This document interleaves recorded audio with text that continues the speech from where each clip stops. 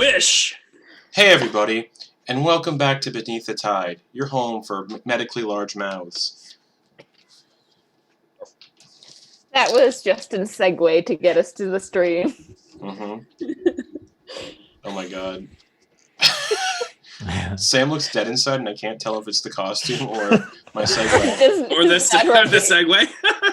That's just the natural form of a high school teacher. Nice, Sam. Oh man. Look at that stare that says the head tilt and everything. It's just like not impressed. I love Sam in 3 Days Grace. Some announcements before we begin. Also, love 3 Days Grace. Anyways, before we begin, some announcements.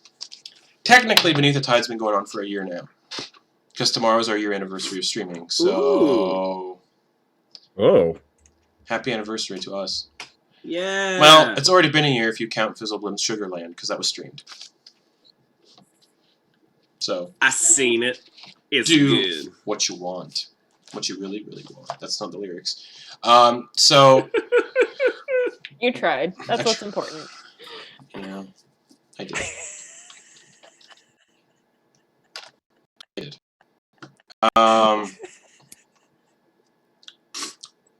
There goes my train of thought. Toot toot, bye-bye. Bye. Yeah, so join us tomorrow night to actually celebrate the year anniversary while we play Shadows of Ravenloft. The party just met, in that campaign, met their future one of their future selves, and are headed to a place called Mordenheim. So if you've played a Ravenloft campaign, you know what Mordenheim is. Come out tomorrow. It's going to be fun.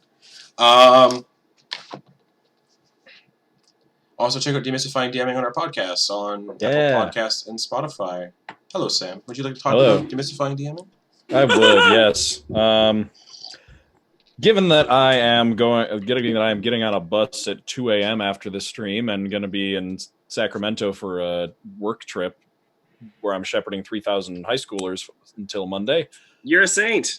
Don't expect a new Demystifying DMing anytime soon, but once I get back, definitely maybe. In the meantime, take a look at the episode that we just released where I interview Justin and then Justin interviews me. It's kind of like 2 episodes in one, kind of, if you lower your standards. Yay! Yay! And if you already have comically low standards like myself, you're fine. Lower them even more. I mean, you'll just be happy all the time. Happy all the time. That's how that works, right? Just don't have any standards whatsoever, and nothing will ever upset you. Content-wise. I'd rather be pleasantly surprised than woefully disappointed. And speaking of speaking of wills and disappointments. Y'all check out Knives Out? Not yet. Going to this weekend, maybe, and Birds of Prey. Speaking of Birds of Prey, with your destination set at Esselvyre to dock at the ruins of Blutfelsen, you began your 4-day sail to the continent, cut down extensively now to 2 days by Leah's abilities to control the wind and weather itself, which is fun. While on your voyage, Eclipse and Leah did some underwater exploring of the Acacia Grove's now decrepit base, to find nothing in terms of value remaining, and to be attacked by an adolescent kraken that had been dwelling within the ruins and feasting on the sharks that were held captive. The two of them narrowly escaped after Leah polymorphed the kraken into a fish, and they swam back to the Voidmont and continued with their voyage. Soon after, they stumbled across the wreck of a ship and looted the remains while pulling the body on board. Ash instantly recognized the ship as the Miller family's, a family he was very close to on Dawnbreak Cove, back before everything started and went to poop. Seemed quite upset at the tragedy, and also seemed curious at who may have killed Dustin's father. With this curiosity, Ash took the Miller's ancestral weapon, Lore Weaver, a pike handed down through the Miller family for generations, and surprised himself when he was able to attune to the weapon. Upon doing so, he cast an eerie black light from the weapon and heard the voice of Dustin in his ear saying, "Find me." The rest of the trip was uneventful and culminated with almost everyone having strange dreams aboard the ship, in which Leah was plagued by nightmares, causing her to fail to get any sleep, and Noose awakening to find Pipshin in his quarters, speaking of the concoction Noose drank in the Feywild that has been slowly turning him into a Fey creature. assuring Noose while he'd still remain a goblin, he was much more fey now, and in his death, or when his journey came to an end, Noose would find his eternal rest in the Feywild. The party all awoke, took in Noose's new fey-like appearance, before a thunderstorm rolled in.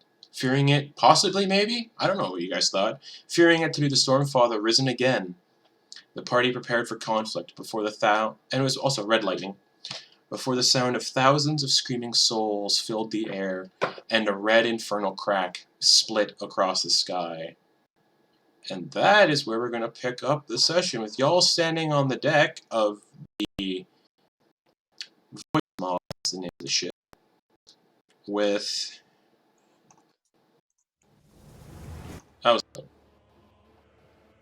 this crack just going jagged across the sky for what looks like a mile. Oh, that looks bad. And it's just sitting in the sky, stationary. Clear the poop deck. We're gonna need it. Leah, can you get us out of here? I can try. And Leah's just trying to like get some of the wind going, but she just can't feel it in her to actually like do anything, and she's just like, oh, I guess I really didn't get much sleep last night.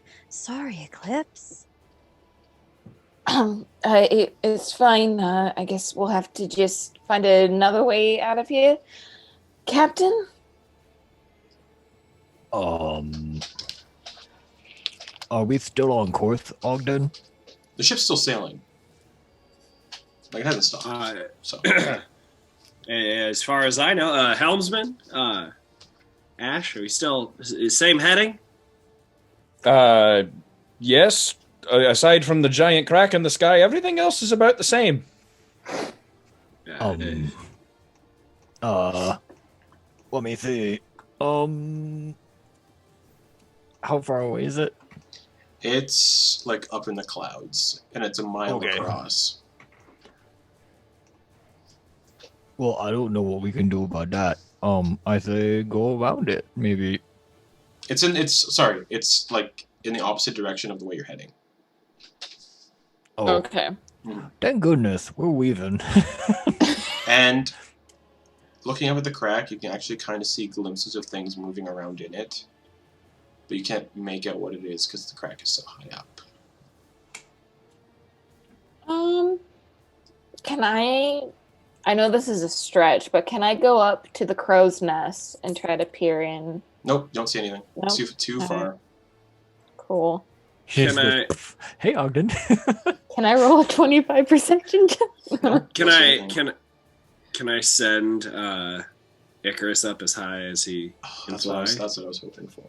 Oh no! Icarus goes up. Are you looking through his? Are you looking through his eyes? Of course. Okay.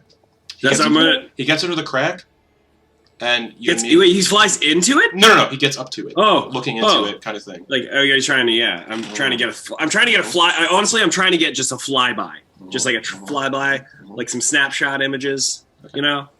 Yeah. Be careful up there, bud. Be careful.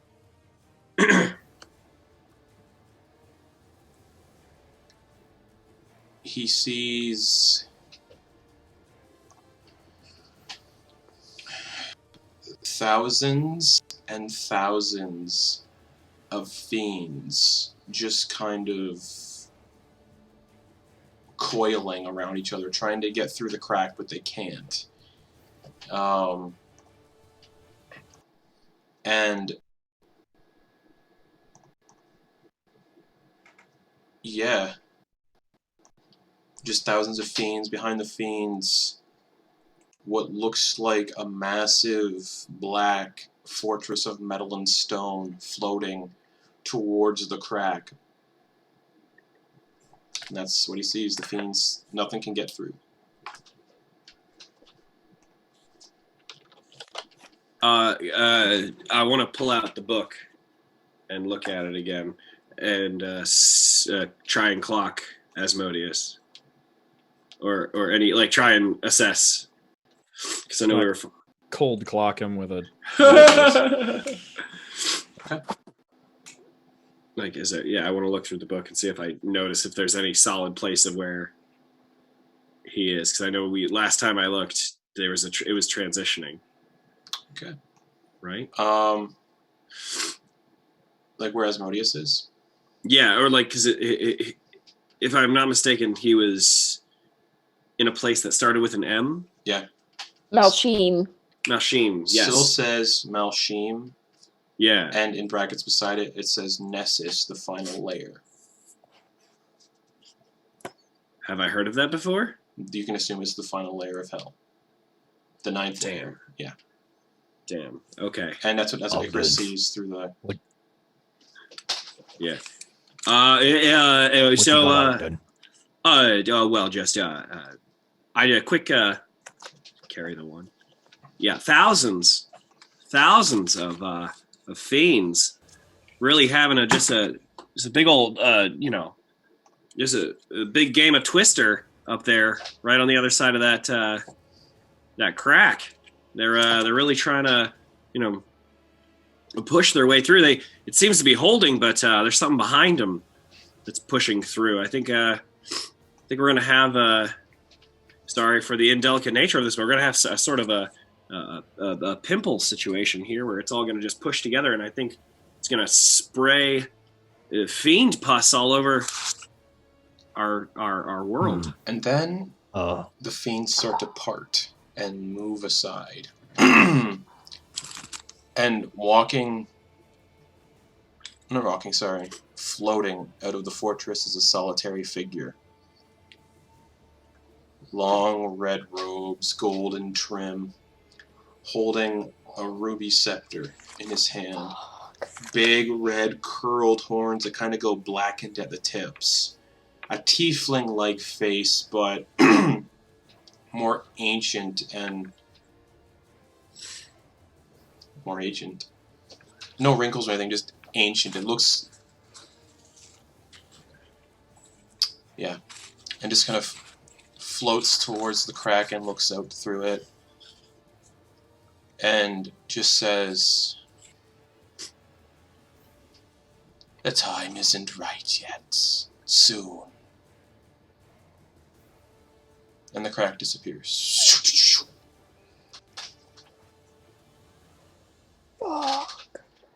And that's what Ogden would have seen through Icarus's eyes. I tell them all that. Yeah. Yeah. There's a big. I describe what you just said. No. Eclipse's eyes just go wide. Carnifex hearing that description would also know who knows who fits that description.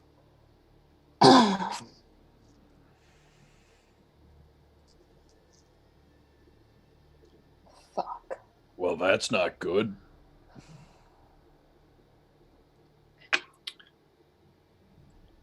Well, I mean, it could be worse. Could He it? didn't decide to come through yet. Yeah, there's probably a reason for Still that. have time to stop him. That's exactly what we're doing, right? You're the just going to captain, get you some tell us. treasure, and then you get treasure. Yeah, that we're following a treasure map. Noose, I hate to say this, but I think following this treasure map is a waste of time. We could be doing other things to Hey. prevent him coming to our plane. I don't know. That seems a little bit beyond our current capabilities, if you ask me. Well, we can't just do nothing. Because, like, Kel, we aren't doing nothing. We're following a lead. We got other leads in this area other than the treasure map. That said, I had a talk with Kelverweth. Remember the big dragon we saved earlier? Huh? That's right. He said that we were on the right course of action to stay out of his line of sight. To just kind of stay under the radar. So if we just jump in right after a moment like that, we're gonna fall for his trap. He's baiting us right now. We gotta take a step back. Calverwest's gonna go talk to his mama and the rest of his people and see if they can help us. with all the other wagons. So that's what's going on behind the scenes. You know, and also we've got the lead for the the fungal lich and what have you, the other destinations, starting with Esselvyre. So just spitballing here. It's a big world. That was a big crack in the sky. I'm sure other people have seen this. Why is one boat full of fuck-ups, no offense to anybody, but, honestly, why is one boat full of fuck-ups the ones responsible for that? Like, surely there's someone better suited to this, right? Because Leah... Sorry, I am Grump. Because Leah released as that guy.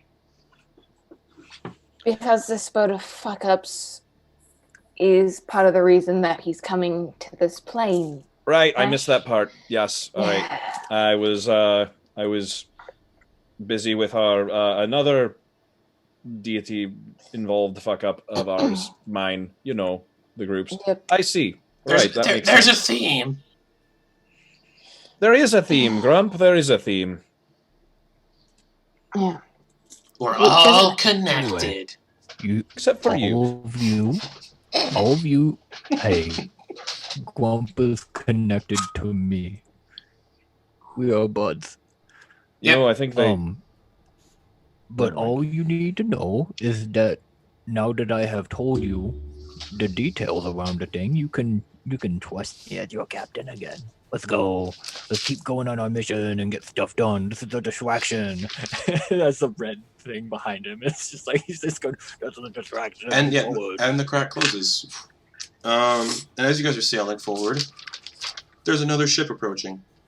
And they're kind of like, you can see like the people on the ship are like looking up towards the sky, and they see your ship approaching. No weapons on board, like no cannons or anything, and they're approaching the Void Maw. They're far enough. They're far enough where you can't make out any details, but you can see people like little specks kind of moving around the deck and like looking up at the sky and then back at the, and then they keep on the trail forward. Like they're gonna go past you guys. You guys see the ship?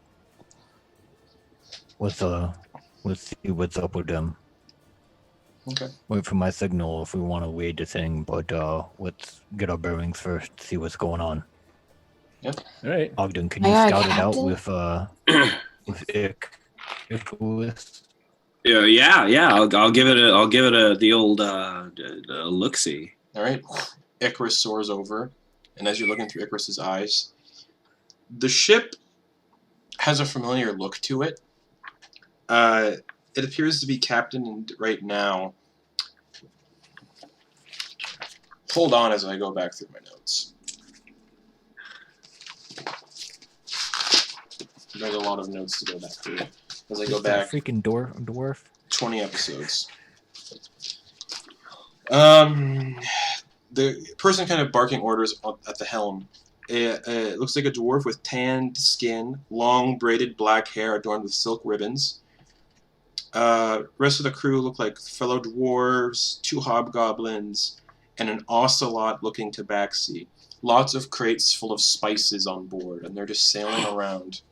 And you would recognize this as the Fragrant Ore, the ship you had passed previously while going to Silgar and just ignored it completely. Not ignore it. We bought spices from them. Yeah, True. you wanna go trade with them again? Captain, I could always use more Silgarian spices, and also I remember Captain Malek is his name. Mm-hmm. Guys, Malek Strong. Yes, Malek Strongbarrel. You have an excellent memory from over 2 years. For me, it's only been a few months for us. That's right. I keep forgetting that. Yes. Time works differently in the Feywild. Right, yes. And also, I quickly put the ribbon back in my head. Yes, just memory, not magic at all. Not magic at all. The ship, you can see the Fragrant Ore kind of throw its anchor over and stop sailing as it approaches the Void Bond. The dwarf's like, well, bloody hell. Yeah. It's been some time since we all saw each other. You look more piratey this time. Are we pulling up Hey. close to him now? Yeah. Like slowing down? Oh yeah. Okay. Hail and well met. Hell and well met. You also seem to have some new crew. Newscast charm person. What's wisdom, right? Yeah. 8. Yeah. Oh! Well, it's good to see you all again. Yeah. Yeah, this has been great. It is good to see you. How's your ship doing? Oh, pretty well. We did try having some pirates attack us back there a few weeks your ago. cargo. Yeah, pirates tried stealing on from us a few weeks ago. So Oh, really? so I showed this off, and it scares pirates away. And he Dang. pulls down his sleeve, and you see a tattoo of the Black Mast on his wrist. And he goes, "Yeah, I used to be a member of the Black Mast. I tell pirates it scares them away a little bit. They don't like to mess with me when they find that out. But I'm not a member anymore." Ah. So, yeah, used to be, huh? What happened? When everyone in the Order went to the Catalyst of Iron and sort of, fucked over the Black Mast, that's when I left. I didn't want to be a part of that anymore. Because some of the members in the Black Mast are still faithful to the Catalyst of Iron. So, here I am. But you're not. No longer, no. I left the Black Mast when that happened. I couldn't trust anyone. So what can I do for you, friendly faces? Oh, do I know who? Ogden, you had a question? Yeah, no. Yeah, friend. You still full up on Silgarian spices? No, we unloaded all of those about a month ago. Ah, dang! I was really out of hankering. I've been looking for a specific item Yes. for a crew member. You wouldn't happen to have any garlic, would you? Oh, I have tons of garlic. All the garlic you can imagine. I think I have about 3 crates full. You have any dried garlic? Why would you want dried garlic? So I can rehydrate it later so it lasts longer. I just have garlic bulbs. Then I will, my dude, I will take garlic bulbs. Crew, go ahead and chat with our buddy here. I need to take a call. And need to pull out the Malin Sending Stone. Okay. I'm gonna buy 3 gold worth of 1 gold worth of garlic. Okay, you get a small crate of garlic. Yeah, that's all you need. It's full of, it's like 5 pounds worth of garlic. That's Bulbs. That's a lot of. Yeah. That's a lot of garlic. It stinks. Of Garlic for days. All right, Nusia, you head to somewhere private and you pull out the sending stone. But I can't smell it. Nope. Take off the pendant, Ogden. So, It's worth it. See ya, News. Maywin, Yeah. Maywin, I found that ship that has the silk sails that I mentioned earlier, but you never told me the guy was part of the Black Mast. What's going on? Response. Malik wanted a life of privacy, so we let him have it.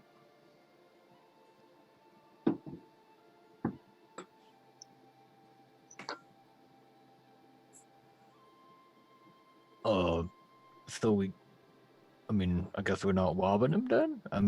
Do you know if he's a target at all? Because he might be a bit too witch? What's going on? Well, he's still an ex-member of the Black Mass, so the laws would still apply to him in some capacity. It's up to you.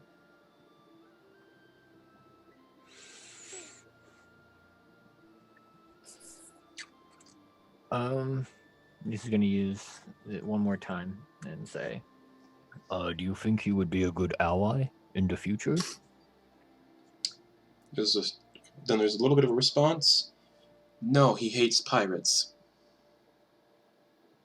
And and he's not much of a fighter. He just wanted to get he just wanted to be.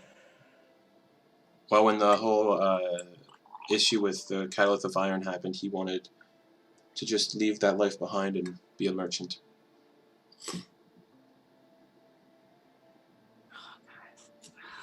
Sucks. Cool. God, that's so weird. Okay. Alright, Noose is gonna look conflicted as he gets back to the group, but Okay. you guys could have been doing something else while he was doing Yeah, that. so what's everybody else doing with Malik? Noose, I've got garlic. We can make some of your mystery meat soup, and it'll taste amazing. One of the dwarves walks over to Malik and goes, "Yo, Captain, you're acting kind of weird."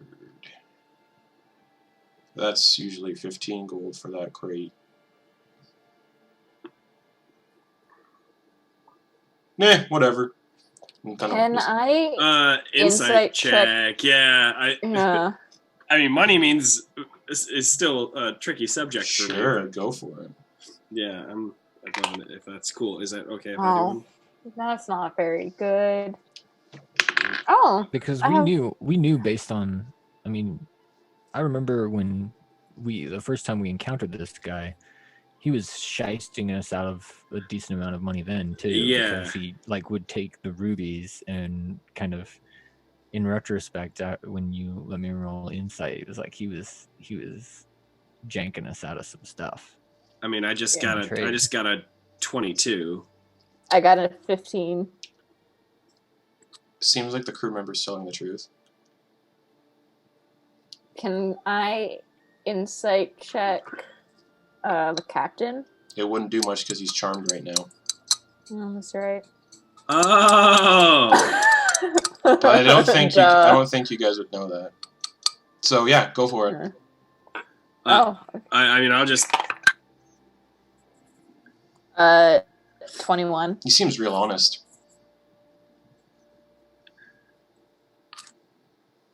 what a great deal. You know what? Good deals for good friends. Yeah. That's what I'm saying. Would you like anything else? We got tons of spices. Not just garlic. We have lavender, thyme, sage, rosemary. Different kinds of salts, different color salts made from different Imagine everybody's rocks. looking at Noose right now Parsley, because we aren't sage, pirating this rosemary, thing. thyme. Do you have any mint? I do have mint. I got it from an Undale. There's a nice herb seller there. You know, I'll take. I've made a recipe for some lavender mint tea. Oh, It's really calming and lovely. I mean, and so I'd love some of your lavender and mint if you it's don't usually mind. 500 gold for the crate of lavender, but I can do you maybe 50 for the crate. Yeah, that sounds. It's a pretty expensive herb, spice, and it's hard to come by. Yeah, and you know, that sounds pretty amazing. I don't know though if I'm allowed to spend 50 gold on lavender. I'll spend 50 gold on lavender. And some of the hobgoblins kind of carry this crate of lavender over and they set it on the deck. Can I get close to the captain and just kind of lean over as they're transferring these crates over? Hey, Captain, do you happen to have any catnip on board? I do. Give like a shifty glance to the other Tabaxi that's on board. Yeah. And the other Tabaxi, the Ocelot's just kind of like, it's mine. It's mine. It's not for anybody else. How much? What the would fuck this is happening, get you? Captain? You And I give them- you said the catnip. Oh, this is bullshit. You guys looking for crew? You said looking for crew. Yeah, we're looking. It's my for- fucking catnip. I'm gonna Oh, give is the this Tabaxi? captain. Yeah. Yeah, I'm Yeah, gonna hey, give the captain a pouch of 50 golds. Like, How much can I No, get no. for this? Eclipse. Don't worry about it. Hey, Oh, yeah. Mr. Tabaxi fellow, what's your name? Monkfish. Monkfish. Hey, you want to join our crew? Do you have catnip? Well, you're gonna. Well, you can just bring your catnip, and then we'll get some more. We're heading to Esselvyre. Fuck it. Fuck you, Malik. And he just picks up one of the barrels that was nearby over his shoulder and just crosses the gangplank. And Malik's like, oh, okay. Yeah, go ahead. Join him. Anybody else? The hobgoblins go We're around. actually all looking for buried treasure. The hobgoblins just kind of look at each other and go... Do we still have the hobgoblin skins drying on deck? Yeah. Yes. The hobgoblins look around and they see the skins and they're like... The hobgoblins shake their heads and the dwarves go, no, we don't want to upset our uncle Malik. Oh yeah, that would probably be a bad bet. Did we pull the hobgoblin? Oh, the hobgoblin. That's right. You skinned Yeah. the hobgoblins and Yeah. put them under. That's right. Mm-hmm. And- Ash has just been like leaning on the wheel, like just looking over at them, just staring. And then this the monk, the Tabaxi just wanders over. This Tabaxi is built like a brick house, like muscular as shit, 8-pack, wearing like a leather vest and Through like the fur, we can see it. yeah, you can see through the fur. And his claws are well kept. Is And he a monk? I don't know. And he reeks heavily of like spices because he works on a spice ship. And he's just like, the fuck you want the barrel? Nah, fuck you. Where am I sleeping? And he looks at Noose. And who's the captain? You're probably the captain. Looks at Noose's hat, like up and down. Where am I sleeping? Yeah, then? that's why. Oh, there's a spot down there for you. We have a couple openings, so feel free. All right. Pick one. And he wanders down. Oh, that doesn't look already lived in. Yeah, and he wanders down. After he's gone, I'm gonna say, Captain, Yeah, so permission to challenge our new crew member to a duel. not Just to yet. touch his Maybe metal. later. I do not think so. I think that is a very bad idea. It would get the morale up No, if I we don't just say think it they would. for a day or two. I think if you do anything with him, it should be by surprise. So a surprise duel? I wouldn't say duel as much as a haha sneaky knock you out. See, I won. Haha. I think that's I the don't only think way we you could can. do that in just He one seems blow. pretty spry. Yes. I think he could. I could certainly try. I think but he'd kick it your might- ass. He had You lots know of what, muscles. Grump? I wasn't talking to you. Okay, Grump? Just saying. I'll fight you, Grump. Gee, Grump, I'm in when's the that last time kinda you mood kicked today. someone's ass? Well, Oh wait. I could Eclipse, draw. I could draw a card right now and make you lose all of your material wealth, Ash. Yep, and I could make you lose your internal organs with my bare hands. So, Too late. Someone already did it once. Well, maybe I'll have to make you lose all your external organs then. Too late. I did that myself. Anyway, Eclipse, if you Yes, Captain. if you like this Tabaxi, you should really just talk to him instead. I didn't say I liked him. I think she does. I do not, Grump. I do. Can I smack Grump? Like Noose backhand him gently? Illusion. He's not even there. Ooh. Where is that little fucker? Noose would like to see if Eclipse is lying. Insight Does check. Noose believe Eclipse? Ooh. Alright.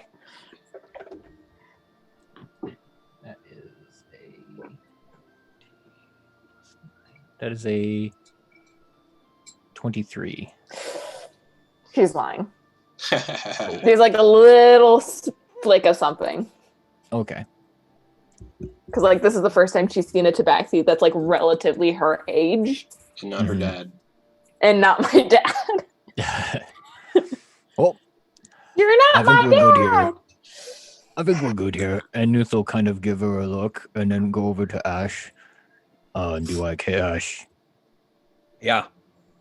For certain reasons, we're not gonna pirate this thing. If you want to know, we'll talk later in my office. So wait, hang on. Wait, I just need to back up real quick.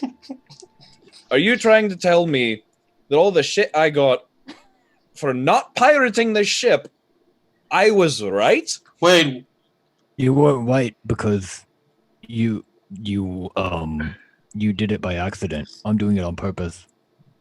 Was I right by accident? Yes. Then I was still right.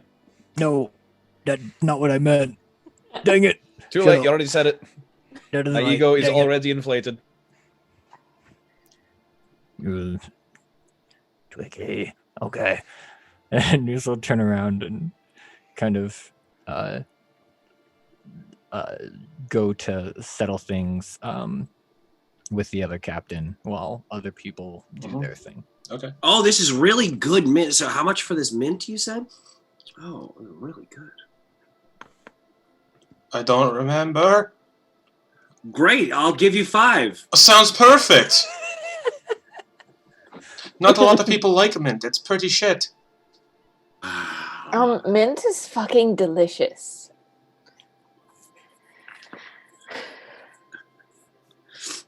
All Just right. saying. Hey, we're Yeah, Noose? we still have a bit of a trip ahead of us. If you want anything, might be our last stop before we get to going. So we might want to see what they have. Is there anything you want? You wouldn't happen to Seeds? have You have any seeds. seeds or dirt on your ship? No, we don't sell dirt. We don't really sell seeds either. We're strictly spices. Do you Isn't have any? dirt a spice? For some people, I guess. Technically? If you're an animal, I think there's some cultures that use dirt as a spice. not me. Do you have any Alright. extra mushrooms laying around? We just sell spices and herbs. All right. And then Leah will go walk over where Ogden is and sniff some of this mint that he's all in for. Oh yeah, I just crush some and make it rain over you, like make it snow. Because I'm like, we're literally swimming in mint. All right.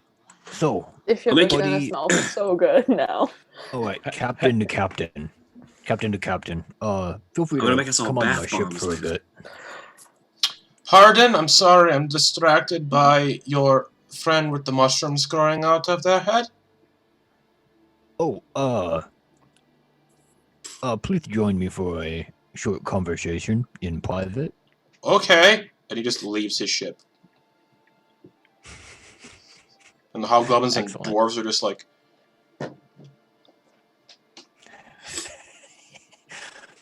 And Noose will lead him to his captain's quarters alright, oh, this is a nice place. and look at everyone else, and then shut the door. Okay. Do you know what he's doing? Hey, so Oh, hi. tell me in greater detail what happened to the Black Mast. All the details, everything you know. Oh, when I first joined them, I was a recruit. I got hired by somebody called Toastone. Or recruited by somebody called Toastone. Mm-hmm. And then he disappeared for a while, so I never saw him again. He's dead. That's unfortunate. And he's still smiling for It some is. reason. And I did a few contracts. I got the tattoo, and he shows the tattoo. And then there was a rebellion. A lot of members left to join this group called the Catalyst of Iron. The rebellion was led by someone called Goraxan. That's not good. A lot of people died. Our lovely leader at the time was blinded. Did not have a good time. Is he alive? He was blind before. Yeah. He's alive. He's Yeah. I can't remember the name of the island. It's been so long. Has a big auction house on it. He maintains the base underground. Oh, dang it. Yeah, okay. When that happened, there was rumors that the Black Mass had been infiltrated deeper than what we thought. So I quit, took one of the ships, stole one of the Black Mass ships, rebranded it the Fragrant Ore, and now I sell spices. Melon helped me disappear. Okay. So you know Malon's... Yeah, But you go buddies with him. Alright. kind of. But you don't like pirates. No. They generally are selfish. They steal only for themselves, and then they kill the people they steal from. Well, we are not that kind of pirate. Just so you know. Oh, And you can take that with you when you head back to your ship. okay. Alright. Thank you for your time. And Noose opens the door and says, you can go back to your ship and we're going to be on our way. How many rubies did I try to swindle you out of before? I think it was just one, but we kind of made a trade and it seemed like it was worth more than you were wetting on. Oh,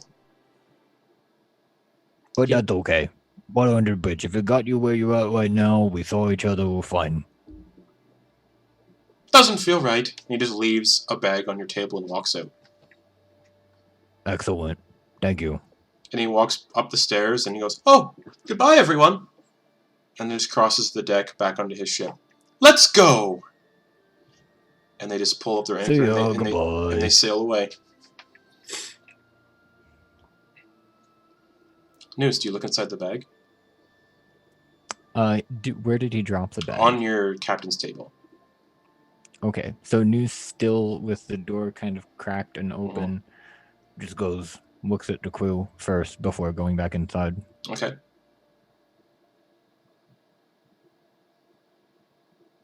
Any feedback?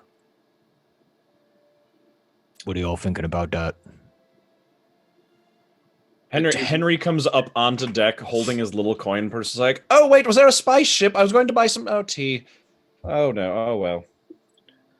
You looking for tea, Henry? I was just wondering if they had chamomile. Ooh, I'm making some lavender mint tea that is gonna knock your face off. Ooh, I do like herbal tea. It helps me sleep. Right? Oh, I'll hook you up, my dude. Look at this bounty. Ooh, that's quite oh my. We're just sort of looking at all the crates. Get in. There's movement in the crate of lavender a little bit, and Grump's head pops out. Oh. Get out of there. He gets out, loincloth not on, and just runs away. Is this it? Is this the time when I finally kill Grump?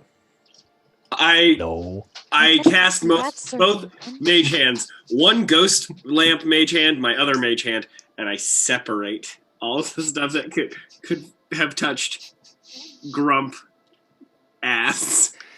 And you look at the Grump that's running away, and it just disappears. Another illusion. Noose looks around for Grump. He's in your captain's quarters. Oh, alright. That was I good. cast Dimension Door. Yeah, that was real good. Okay. Thank you. And Noose is gonna just look at the scene before him, smile, probably very creepily, and then close the door. And Grump is completely nude. Like just sitting on like a shelf. Hey Grump, what's up? Oh, I'm hiding for a moment. Yeah, they're like, Yeah. So were you in Ogden, here the whole time? Oh. you saw that he was an illusion, so his bits actually never touched the lavender. So you're just taking it out of the crate and just dumping it on the deck for no reason. Oh, absolute. I don't want to take a risk. Okay. Even illusory. I don't want to drink illusory Grump ass. Henry is helping sort the lavender. Okay. So yeah, Grump's like, I'm just hiding, pulling pranks, need a little rest. Yep. Were you in here when I was talking to the other guy? Nope. Okay. Well, you can hide out in here for a bit. Okay. I need to check this out to see what we got here. Oh. And this is gonna work. Yeah, he looks around for like a brazier and he sees one. He just tosses his deck of cards in it. Those aren't fun anymore. Oh, yeah, they weren't working very good for the team, were they? No, I still have like my actual deck of cards from when I was a fortune teller, though, so that's fine. What are you gonna do now? Learn the ways of Pipshin. That's why I'm in here. But you do you first. Okay, what do we got in here? Whew. A fist-sized diamond. The fist. Bam.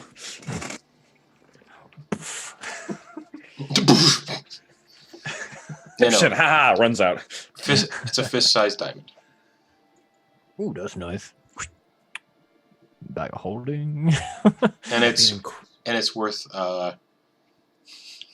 10,000 gold. All right. Well, I appraise that.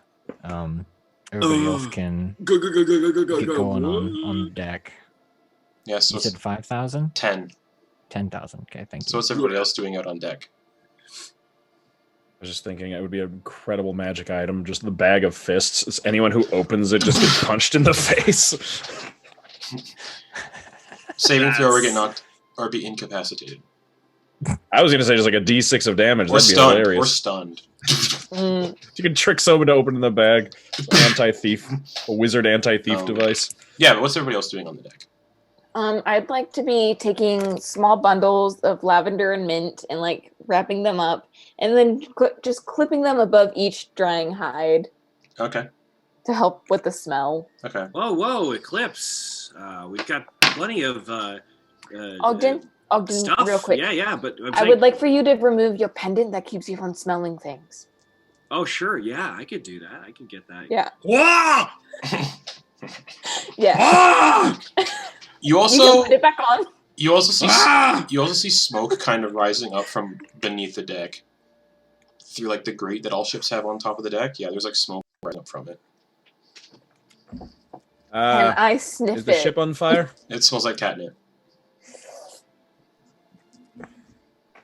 That little twink. And I'm gonna go downstairs to him.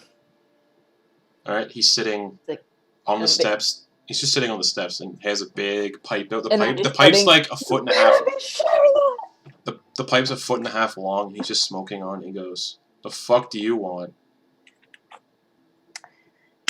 You're a member of this crew now. We kind of share most of everything. You don't look like the captain. Hey, get this, little punk. I'm the fucking pirate queen. Hand it over. Never heard of you. I'm just Can keep I smoking. at least try to intimidate him? Go for it. 14. All right.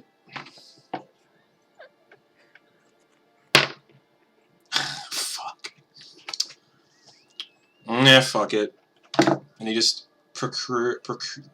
withdraws another pipe out that's kind of shorter, and he just tosses it to you, and it's already set to go. Thank you. Nice. I usually double fist them, but fuck it. Double fist pipes. Just Double pipe it? Baller. Oh boy. Let me see what okay, I'm gonna use prestidigitation and snap and use a spark to light it. I can do that too. And he just snaps his fingers and causes a spark to relight his. I can cast spells too. You're not that special. This is the only spell I can do. Ah, that must suck. I can do a lot of other things though. Me too.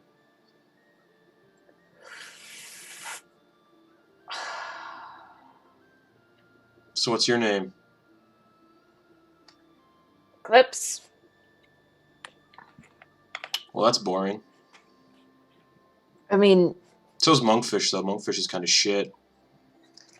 well, it implies that you could be a monk, which is pretty cool. It also implies that I could be a fish. That too. You got a last name, Monkfish? Yeah, it's none of your business. I'll tell you mine if you tell me yours. Okay, Seeing as we're kind of on sharing terms. whatever. Don't remember it. orphaned, so I don't remember it. Don't even really have one.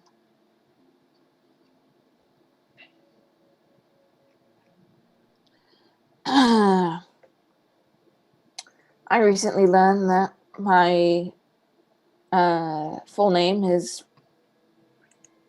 Eclipse Woodlouse Clove. That's a mouthful. It is, really is. Don't know what my parents were thinking. Not much, it sounds like. No. So, the goblin's the captain. Yeah. But we go through captains rather quickly. Not that I have anything against Noose being captain, but I was captain once. The angry guy at the helm was also captain at one point. Oh, the douche, yeah. Yeah. He seemed captainly.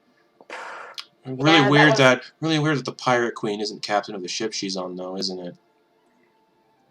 Well, it's a bit of a hierarchy, really. Like, I'm kind of queen of the entire organization of pirates, Well, and Noose is just captain of this one ship. so why do you listen to him? I'm gonna let you in on a secret. You don't?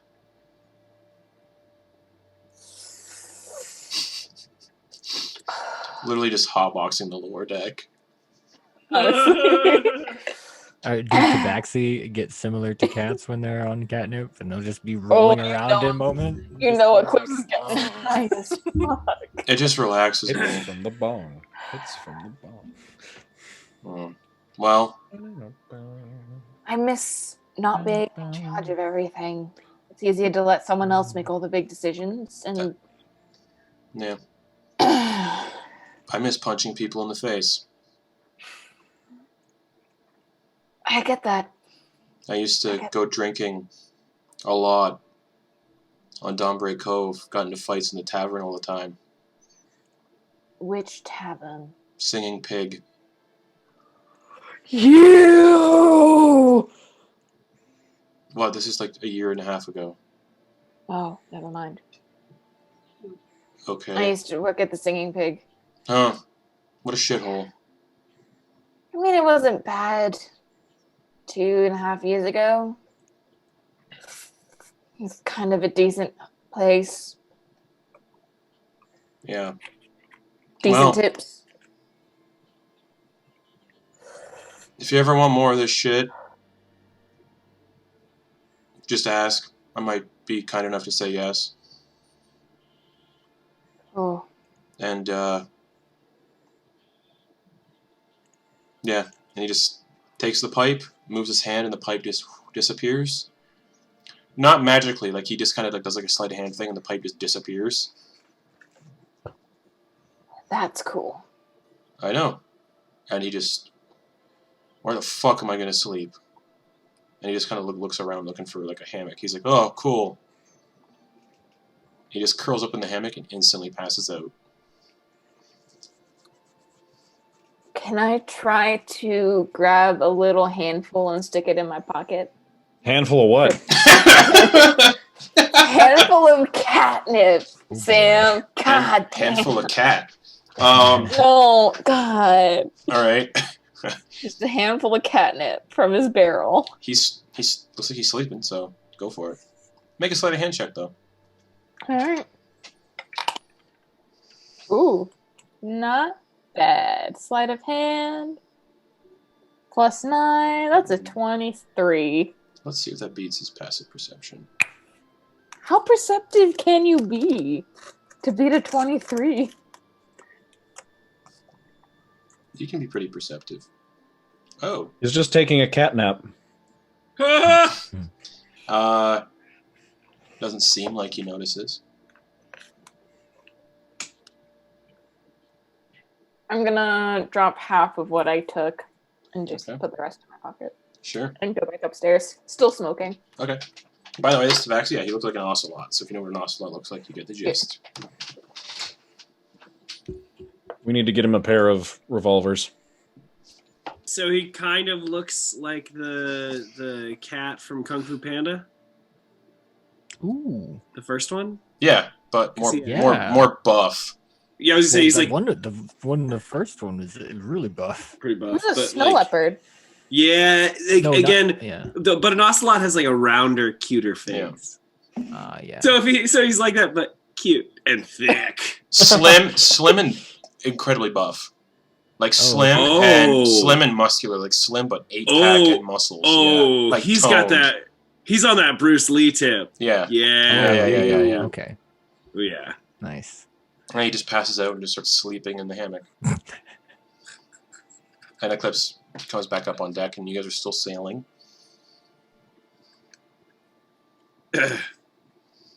What's Leah doing? Leah's watching Ogden go through the mint and lavender, and she's just asking him, like, so, Ogden, you've made this lavender and mint tea before. What's the best ratio for the best sleep? I didn't have such a good one, so anything would help. Listen. Here's what I'm gonna do for you. I'm gonna make you some tea, but also, let me just forgive me. Hi. Okay. I'm gonna go ahead and give you some extra lavender. I want you to like rub that all on in your sleep quarter. Just cuddle up with it. It's gonna calm you, and also, frankly, make you more approachable scent style. Oh, thank you, Ogden. You're welcome. Fair Don't warning. like the earthy aroma? Oh, it's a. Personally, I love it. Very cognizant that I still have the thing on. Oh, yeah. Oh, yeah. Oh, that's great. All day. But other people might find it. Here, take this garlic for example. I love it, but some people might find it abrasive. But yeah, you want to help me carry this down, Henry? Sorry, what? Yeah. He's like right there helping you with the lavender. Oh, great. Henry!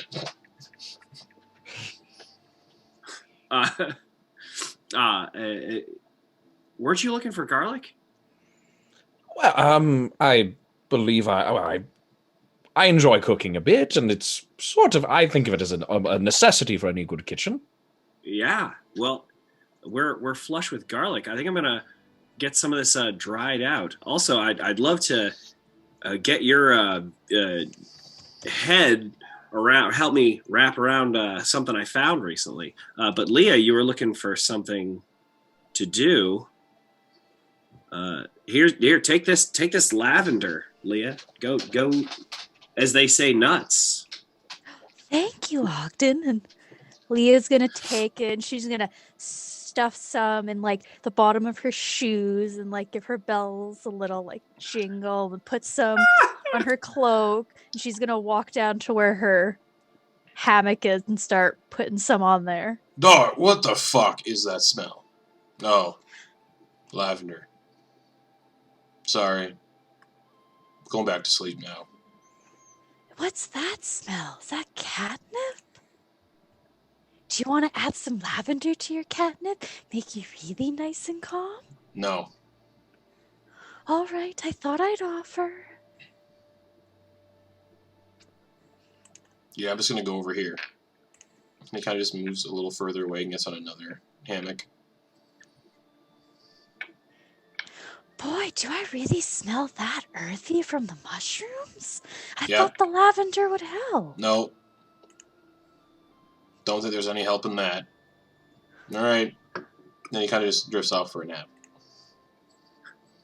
Leah continues to stuff her hammock with the lavender. Okay. She just lays down in it, tries to get it all nice and crushed up. Okay. How's Ash doing? Pretty good. Just kind of like steering the ship, keep it on the wheel, whistling to himself as he just keeps it on course. I imagine there's not a lot of course correction needed very often, so it's just kind of hanging on to it and keeping the ship pointed in the right direction. Sir! Joseph tugs on your pant leg. Yes. What is it? You're really good at steering the ship. Thank you, Joseph. I appreciate the affirmation. Can I try? Yeah, sure, why not? You're not going to crash it. I I mean, I look around. Are we like within miles of anything? You're Yeah, like all right, just open. It's open water. Yeah, I just like take a step back and just. All right, there you go. Knock yourself out. He just can't really reach the wheel. Like he can. He doesn't. He just can't see over it. So he's just like, this is easy. Yeah, there you go. Give it a few turns. See what happens. He grabs onto the wheel. And you can see him kind of smile a little bit, like he's planning on just like ripping it to the side. I just lean up and grab the railing and hang on. And he goes to, and he just doesn't have enough strength to actually like do it. He's like, "Oh, okay, that was fun." Well, not as easy as it looks, is it? No, you must be the strongest person on the ship, sir.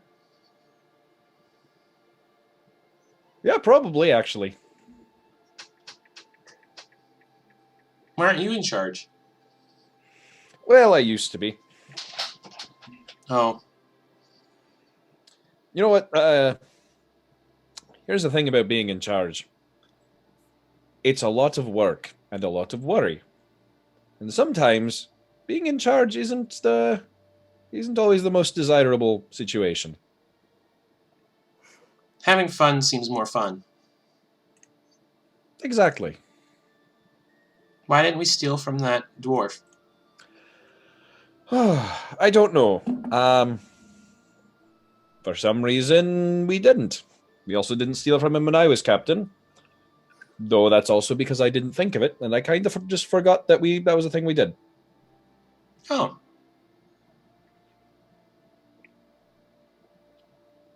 Okay. And he pulls a crate up beside you and just kind of sits there. You know any songs, little man? Nope. We used to sing one in the orphanage. Well, I've got time. Well, it's not the nicest of songs. It was us hoping for the matron mother to die in her sleep. Oh, this sounds perfect. Oh, no, I want to hear it. Because she was really abusive. She's still alive? Yeah, she still runs the orphanage on Cala de Cuervos. If we ever go there, I can do it. Sure, why not? Oh, okay. It was something along the lines of, "Oh, matron mother, I hate your face." That was basically it. We couldn't really think of any more lyrics, but we know what it meant to us. Makes sense. She would sell some of like the orphans. No, she'd give some of the orphans away. Like families would come to get us. She wouldn't let the families have us. She said, "Oh no, the Bellwinds want these ones," and that's where they went. Well, that sounds horrifying. Yeah. Yeah, the Bellwinds were this really mean family on Cala de Cuervos. And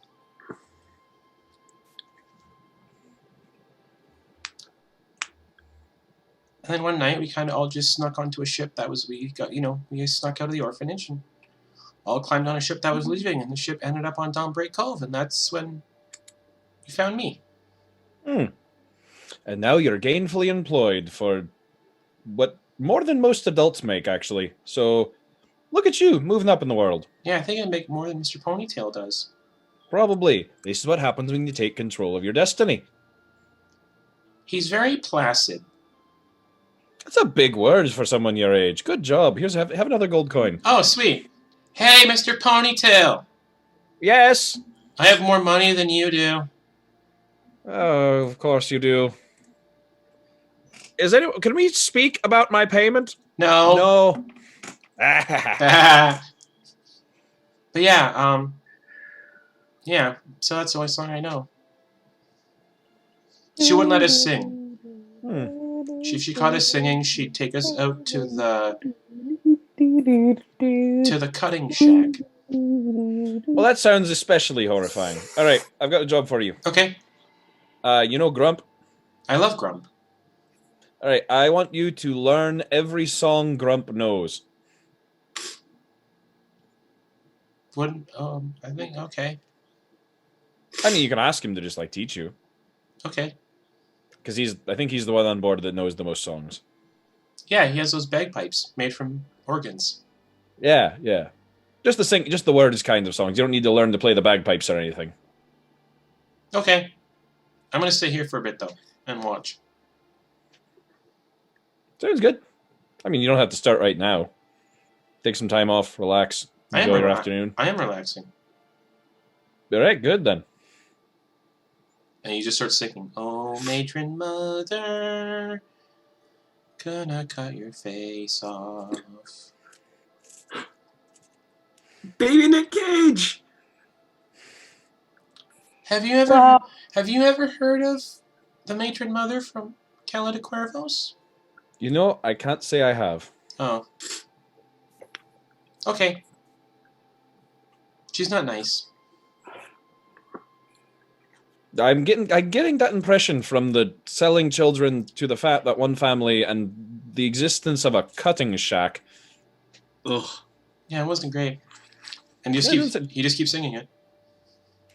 All right. Well, And we have an old lady to kill. okay. What's Ogden doing? Oh yeah, you're sorting through the lavender. That's right. I'm asking Henry because Leah left. It's just me and Henry right now. Mm-hmm. So Henry, I wanted to show you something that I found that I thought you'd be interested in. Oh yes, what's that? It's this book, and I pull out the clay book, Mm-hmm. and I just wanted to show it to you because I feel like in your journey to magic, you should know about magic books. You should know, you should also know about rituals. All right. Yes. And I start showing him the book and start explaining that this is a ritual that would take 30 days, but it would be a powerful ritual, and we'll need lots of components. We'll need the time. I start explaining all that. But the crux of it is I think to pull this off, I don't know if we can trick time again. Because as you remember, we escaped into the Feywild. For us, it was 2 days. For everyone else, it was 2 years. Now, I don't know. I thought if anyone on the ship would know how to lawyer the unlawyerable, it would be you, Henry. And this says we need 30 days. Now, 30 days in the Feywild could be hundreds of years. Or 30 seconds, if I'm not mistaken.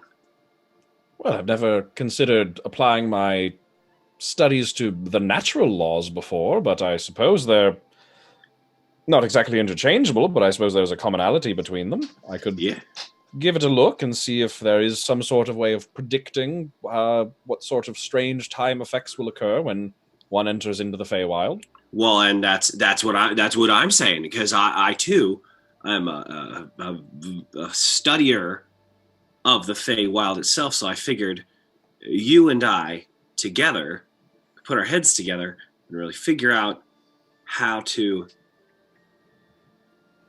really digest and take apart this kind of magic. And I figured one more quiver in the magic, one more arrow in the magic quiver of Henry Lofferton, Esquire.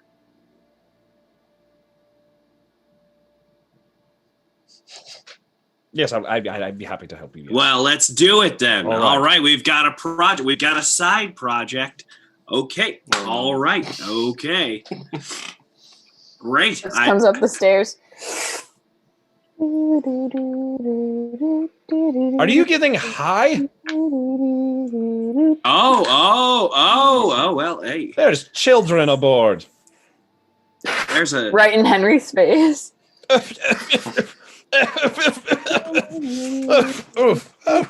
that smells terrible. That was funny, sir. Yes, it was. That's called comedy. I like comedy. Yes. We'll work on comedy. Next, I'll introduce you to something called pranks, and you can practice them on Mr. Ponytail. Oh, okay. Grum showed me a couple already. He called one slicing the tendon, like at the back of somebody's ankles. I don't know if that counts as a prank. Well, I suppose it depends on who you do it to. Mr. Ponytail. I feel like we need him to be able to walk. Oh no, he'd have the big scary guy pop out. Yeah. I wonder if he has any more other men hiding inside of him. When you're older, I'll tell you why that was funny. Oh, okay. So Henry, how you feeling? You mean it physically, spiritually, just in general, in this moment? Well, the last time I rudely entered your mind without asking, you and Carnifex were merging. Right, yes, I've been trying not to think of that. So have I. Well, I mean, weigh in both of you if you're all this time still just wrapping tea. Weigh on in, both of you. How are you feeling, Carnifex? Are you feeling less tethered to the hells? Henry, you feeling a little more untethered from reality? How are we feeling, fellas? If you hadn't mentioned it, I don't know if I would have noticed entirely myself. But there are a few things. Well, you know what they say: if a camel spits in the desert, will anyone hear it? Right. No, there's a few things that we've noticed that. Well, that many of the things that the two of us are capable of comes from one or the other.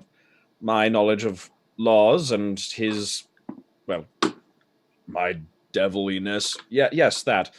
There's just a few things that, with few moments and a few things in particular that we've noticed that, well, aren't quite from either of us and seem to be from somewhere in between.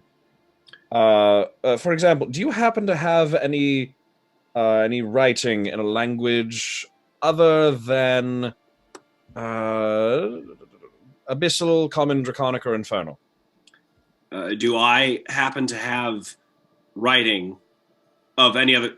Yeah, okay. Well, just only all the books I own. Hold on. I go through. I think I had something. Give me a second. Looking at my equipment. If I have written it, excuse me, down. Actually, you know what? I'll take out a piece of parchment. Okay. Mm-hmm. And I will write in giant a message. And yeah. So what does it say? Yeah, what does it say? It says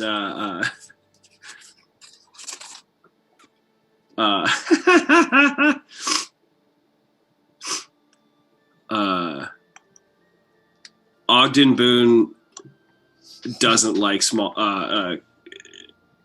Ogden is afraid of enclosed spaces.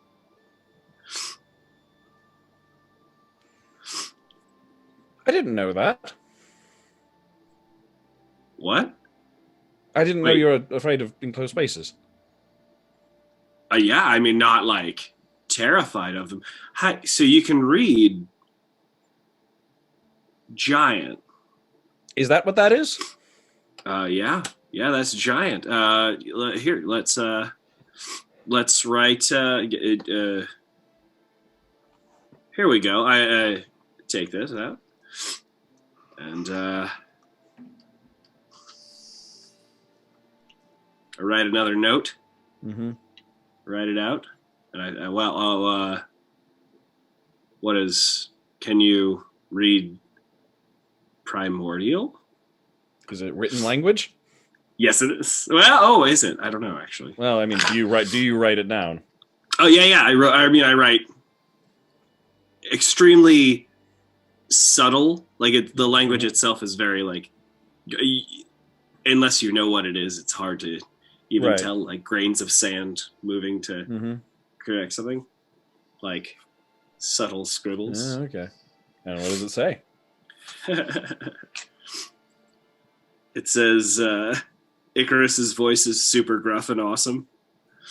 Is it? Oh, I believe we heard him speak in the Feywild, yes. This is blowing my mind. It took me, I took to it like a duck to water, but you seem to be, how do you know what else do you know? I don't see, that's the thing. I couldn't tell you the difference between those two. Both of those just kind of look like scribbles on a page to me. But when I look at them, the meaning is just sort of there. Do you know any ciphers, any codes? Any sort of basic. I don't think that I do. All right, I've been curious about testing that, but actually, hold on. You might want to ask anyone on our crew who's actually been a thief. All right. Who is? I believe Eclipse is otherwise inebriated of some sort, but. Oh no, she is very stoned. Yeah. Oh yeah, she's very stoned. But I think Cat and Noose. Oh, that's right. Would you mind? I could go ask him because it seems like if something is written down, I don't need to be able to read it. I just know what it says. That's wild. We're gonna get through this book. We're gonna get through. I put it back in my bag. Well, great. I'll keep making tea and I'll leave some in your room. Thank you so much. I'll go off and try and find Noose. All right. Meanwhile, Ogden, can I get a beanbag chair? That'd be great. And she just kind of slowly sits down on the deck. Okay.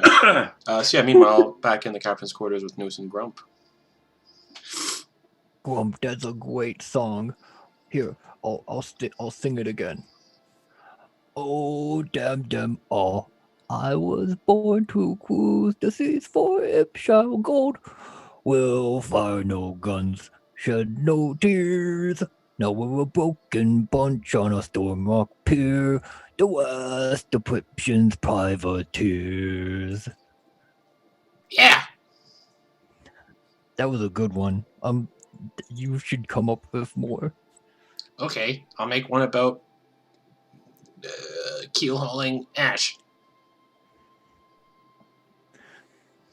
So did you want you said you wanted to be a follower of Pipshin?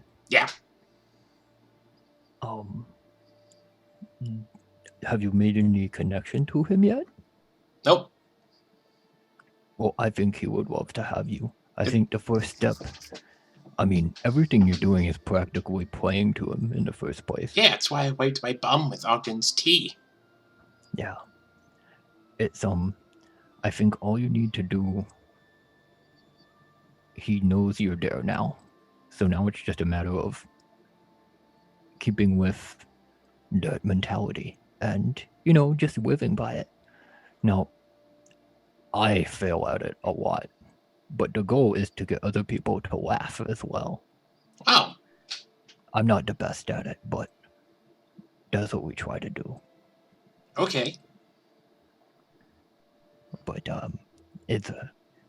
I think you're doing a good job. I think you're doing much better than when I started. Because when I started, I killed the guy that I pranked. That's okay. No, it's not okay. I killed my own dad. But oh no. How'd that happen? We were racing donkeys. on Bleak Skull. And I playfully, like, kicked his donkey, and him and his donkey tumbled over a ravine. Oh, that is very bad. And I thought I could save him, because he was floating in, like, a lagoon. So I got down there real quick, and a crocodile was in the lagoon, and it ate him and his donkey. That's pretty rough. Them donkeys are usually pretty spry. Wouldn't expect them to lose their footing. His wasn't. His donkey was really old. Yep, that's why you gotta eat them before they get that old. That's what we were supposed to do, but he liked that donkey. Yeah, that's a toughie. Well, might that be a lesson to all of us? To eat things before they get old. Like Henry. Yeah, Henry does that pretty good. He doesn't let anything get old. If it looks old, he doesn't eat it. Yeah. And he kills innocent people, too. I have seen that.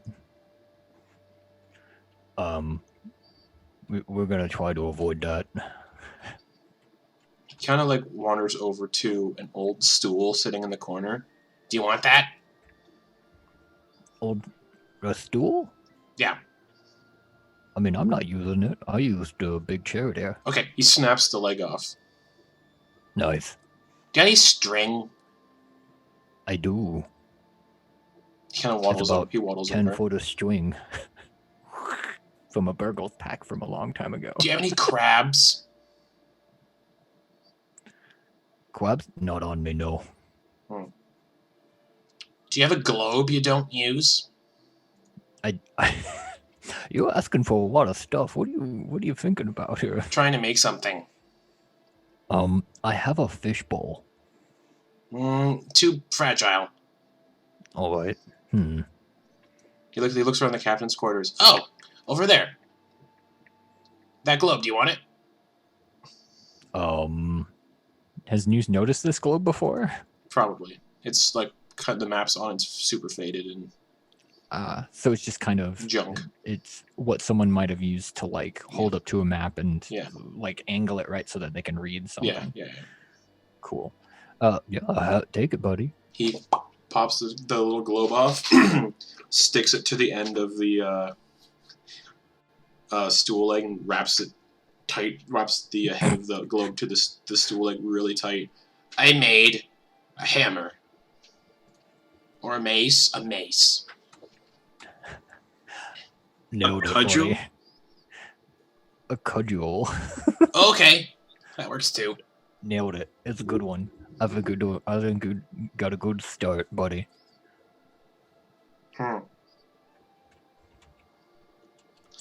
And from his... Oh, he's not wearing his loincloth. He waddles over to your bed and pulls the loincloth out from underneath it, puts it back on. That's so creepy, but I like it. And he pulls out a little vial out of his loincloth that's very like white and viscous. And he applies a couple droplets to the globe and the string and the leg, puts the cork back in, and he goes, "Now it'll never come undone." Ooh.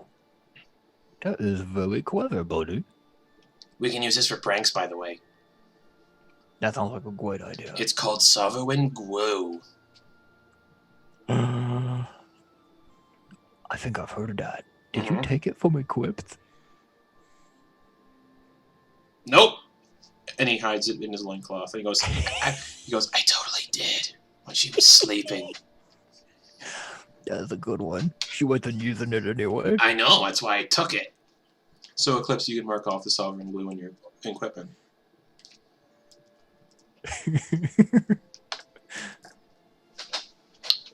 Yeah, he definitely stole it. Add one more crew member that wants to murder Grump.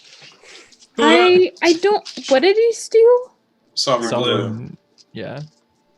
That was back when we first got Ogden, was when we got that. Yeah. Oh, wait. I mean, it got destroyed when I died. No, it's But magic the item. Sovereign It Glue is wouldn't have. magical. Yeah. Well, I didn't have it back in my inventory anyway. Okay, So. so she wouldn't even You can- notice. Didn't even notice that you had it. You forgot about it. Bottom of your backpack. He said, yeah. Forget about it. So we could do pray this. I could glue Henry to his bed when he's sleeping. Oh. Oh, but I don't have the solvent to undo it. Yeah, that would be kind of rough. Maybe start with something else. Like gluing Henry's teeth together? Ooh, that's even worse. Gluing Again, his like, shut? Okay. the trick is, We'll the figure trick is something not out. to kill him. We'll figure something out. It's tough. It's tough to be tricky without killing And people. It's Noose, very tough. What? you see it, but Grump doesn't. There's a figure kind of resting a hand on his shoulder, and you just see a little hand. I think you're gonna be just fine, buddy. Why is somebody touching me? And he kind of just waddles out of the captain's quarters just as Henry's approaching the door. Hi, Henry. Oh, dear. I'm wearing my loincloth. Oh, do you put it back? Okay. Yeah. Look at my cudgel. That's, it's very nice. And by the way, Noose was saying loud enough that other people could hear if they were on the, like, near the captain's quarters. Okay. The little shanty he had done. Okay. Watch where you sleep tonight, Henry. And Grump just kind of walks away. If I have to watch where I sleep tonight, then you'll have to watch where you wake up in the morning. Or if you wake up in the morning. I never wake up. What? Think on that. And he kind of just disappears down to the lower decks. Can we kill him yet? No, he's a crew member. We cannot just murder people that make us unhappy. You're no fun. Anyway, hello, Captain. Oh, hey, Henry. Please, come into my office. Right, he comes in and closes the door. I had a question for you. What's up?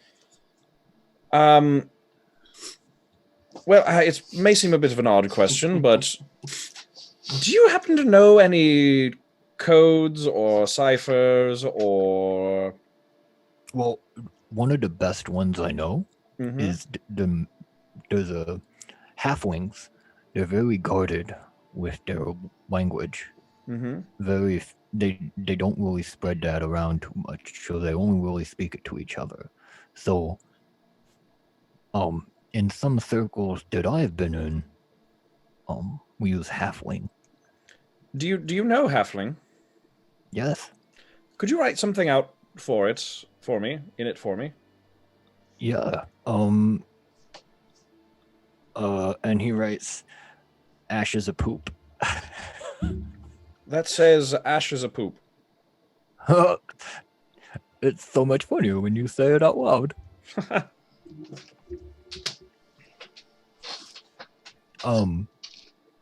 Wait. How do you know that? That's what I'm trying to figure out. I'm noticing that whenever someone writes something down, no matter what it's written in, whatever language it's written in, I can still read it. That's weird. That sounds like something you need to talk to Carnifex about. We've been talking about it, actually, and neither of us knows where it comes from. Yeah, this is new for me, too. I could see seeing in the dark was all me, but reading stuff, not so much me.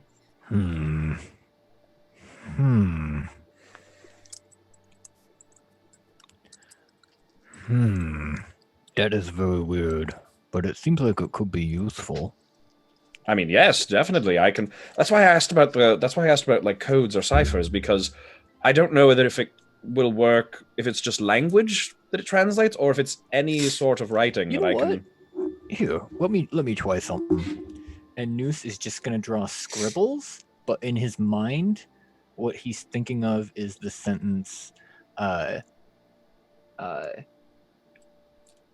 have no riches, only conviction. I'd say Henry could understand it. Oh, he gets author intent. It says, I have what did I have no riches, only Conviction. I have no riches, only conviction.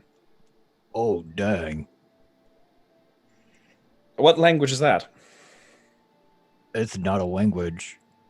That's just what I was thinking when I scratched on this paper.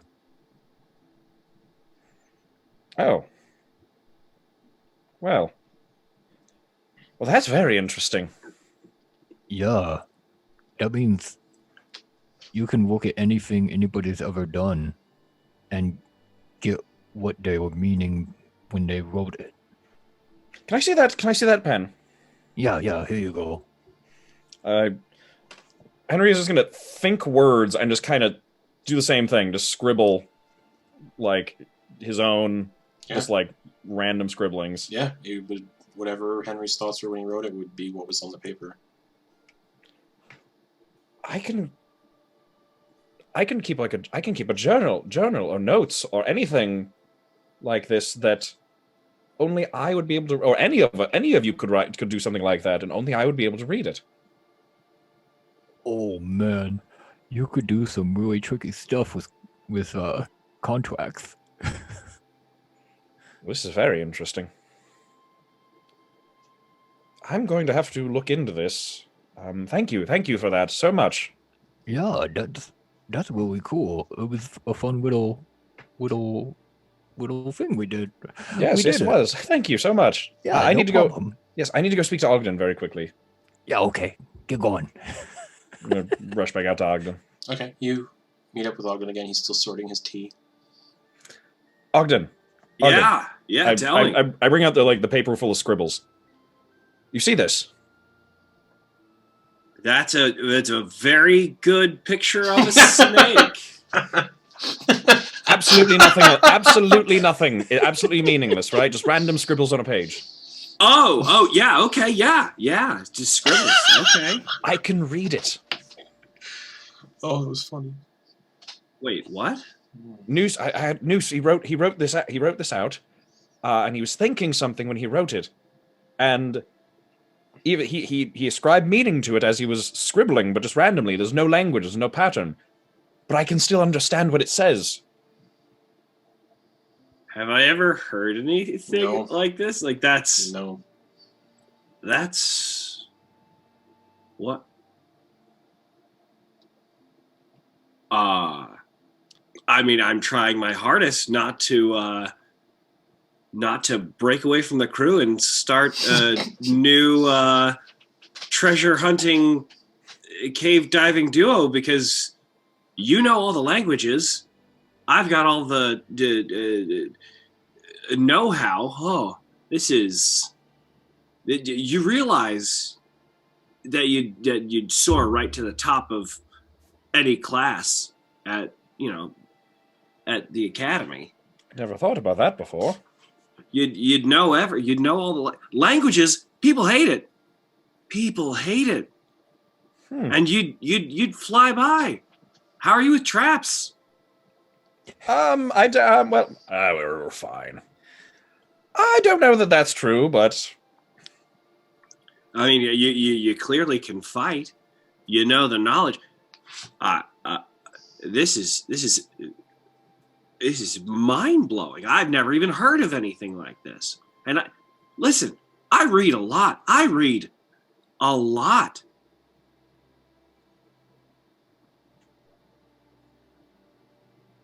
Huh.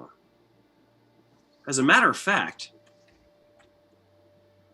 can you read this book?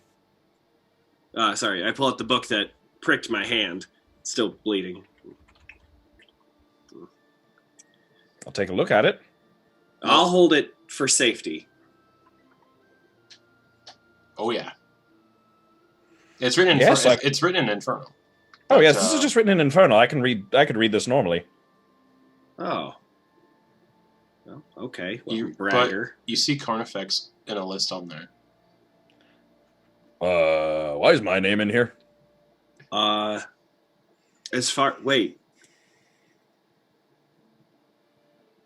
Yeah, why is your name in there? Like, read around where it says Carnifex's name to see what the context is. Basically, it says associates, like not associates with the Asmodeus. Current marks.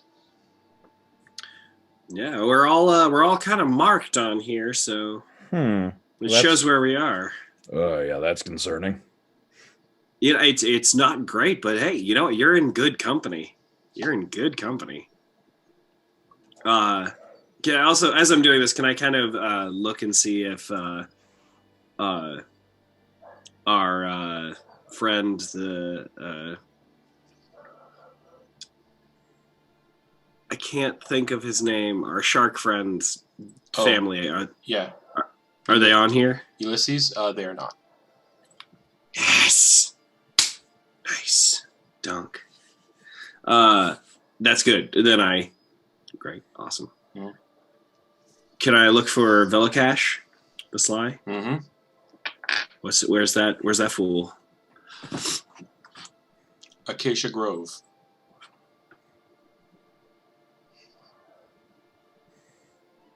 Is that how do I know that? How do I know Acacia Grove? Is that where? That's where you guys stopped off at last session, and that's where Eclipse and Leah went swimming underwater.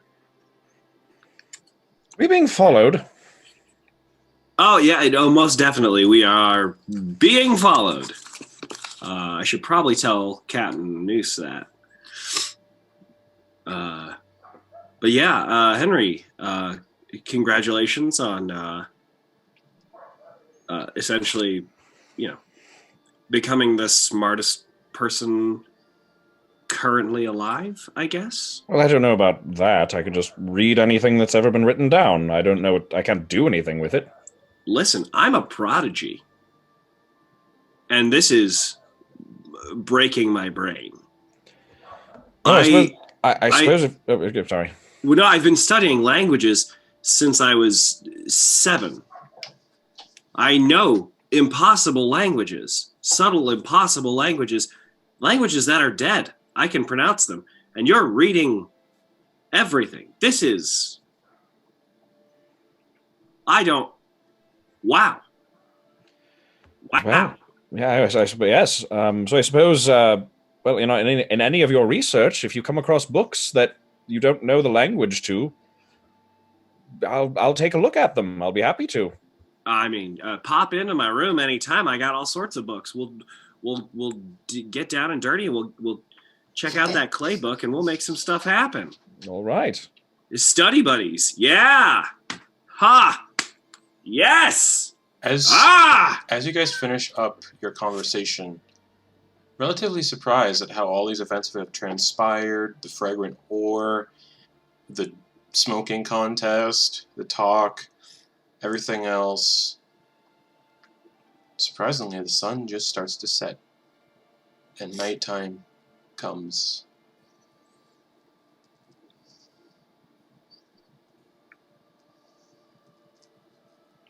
Oh, that was some good stuff.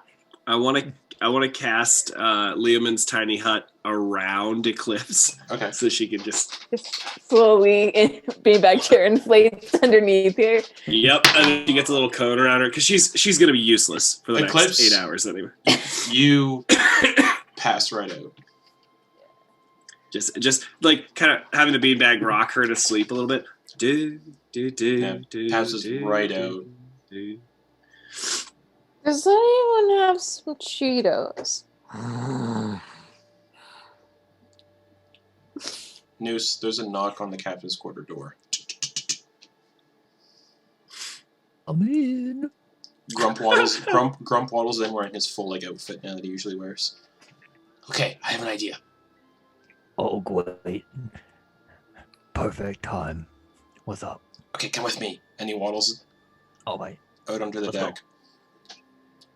As he says that, though, can you do a quick insight on him? You don't have to. He's holding the sovereign glue in his hand. Okay. Great. He's like, okay. He looks for... Is Ogden still on the deck?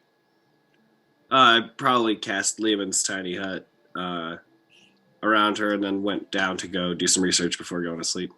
Okay. He waddles down the stairs, and he approaches Ogden's door. Okay, this is Ogden's room. Should I do this to somebody else's room? Oh, what are you doing? What are you doing? I'm thinking of gluing the door shut. Oh, yeah, that works. Although it'd be even funnier with ashes. It would, because Henry shares the room with him. Yeah. Okay, and he scurries over to Ash and Henry. Wait, are they in here right now? I don't know. Let me check. Okay. And Let's see. What do I have here? I think I have something that can figure out if they're in there or not.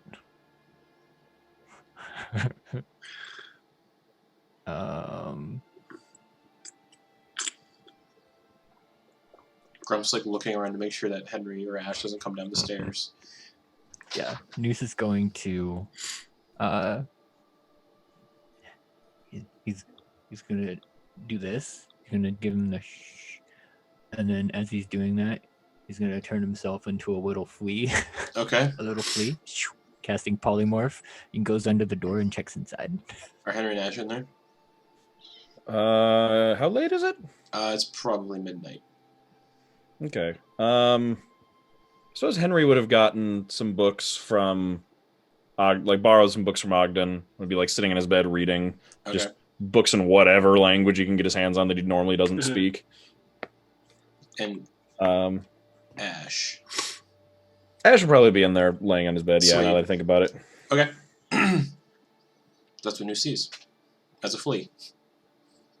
Oh. He gives him one last look. He's just like, this is gonna be great. Okay. And then he gets out, and then releases polymorph. He goes, "Hey, Gwump." Yeah. They're in there. Oh, excellent. Yeah. He. Oh wait. So we need to do. This needs to be a tier-based plank. Okay. Right? Do you know what that means? Yes. You double up. That means Okay. you do this. We glue the door, but then we have something that's the first step.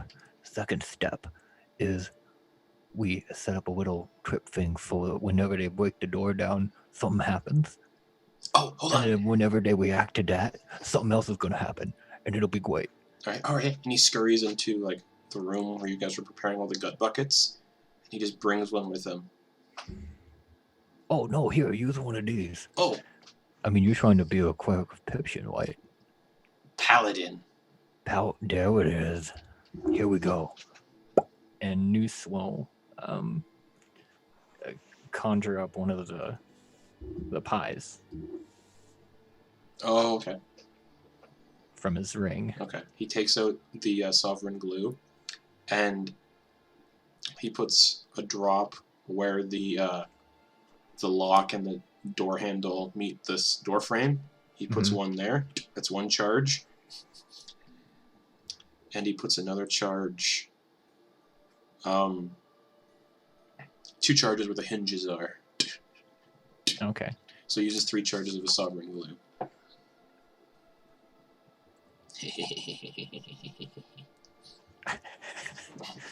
Oh wait, no, we've got a bit of this string and stuff. Yeah, So whenever they bust this down, Yeah. I'm gonna set up a little lever system Okay. so that when the door breaks, this thing snaps and then swings at them right at their face. Okay. It's gonna take a minute to set. Yeah, no, we're good. Okay. And Noose goes to work on setting up the secondary trap that will Okay. release whenever. You can do it perfectly fine. Yeah. Okay. All right. Good night, Noose. All right, good night. He waddles over to his hammock and gets in it. And Noose is going to go and take some of the leathers. Mm-hmm. Oh, it's only been a day that those leathers have been Yeah. drying, correct? Yeah, only a day. So how long would they need to go before they're ready? Probably a week. Okay, Yeah. all right. I'll just keep letting them Stink? pan Yeah. out on the deck. It's great.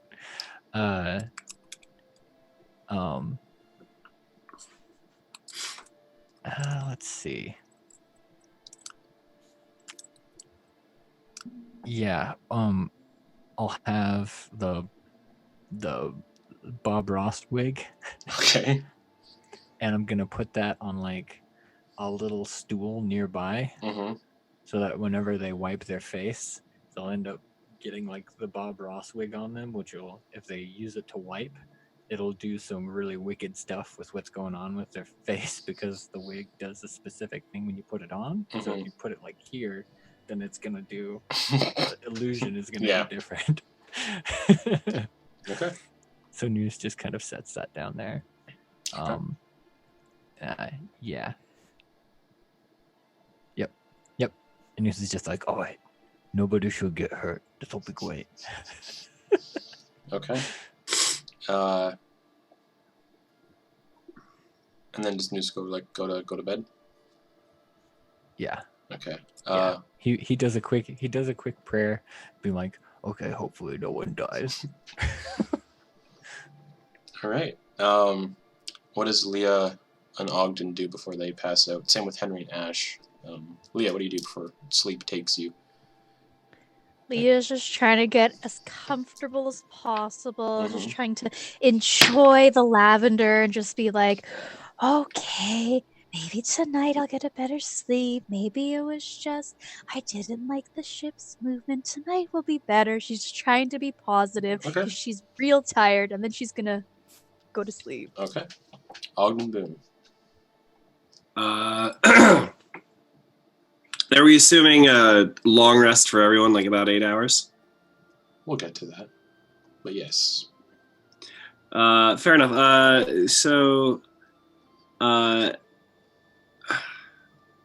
Probably just if my assumption is everyone else is going to bed. Wait, do we have anyone on watch? Yeah.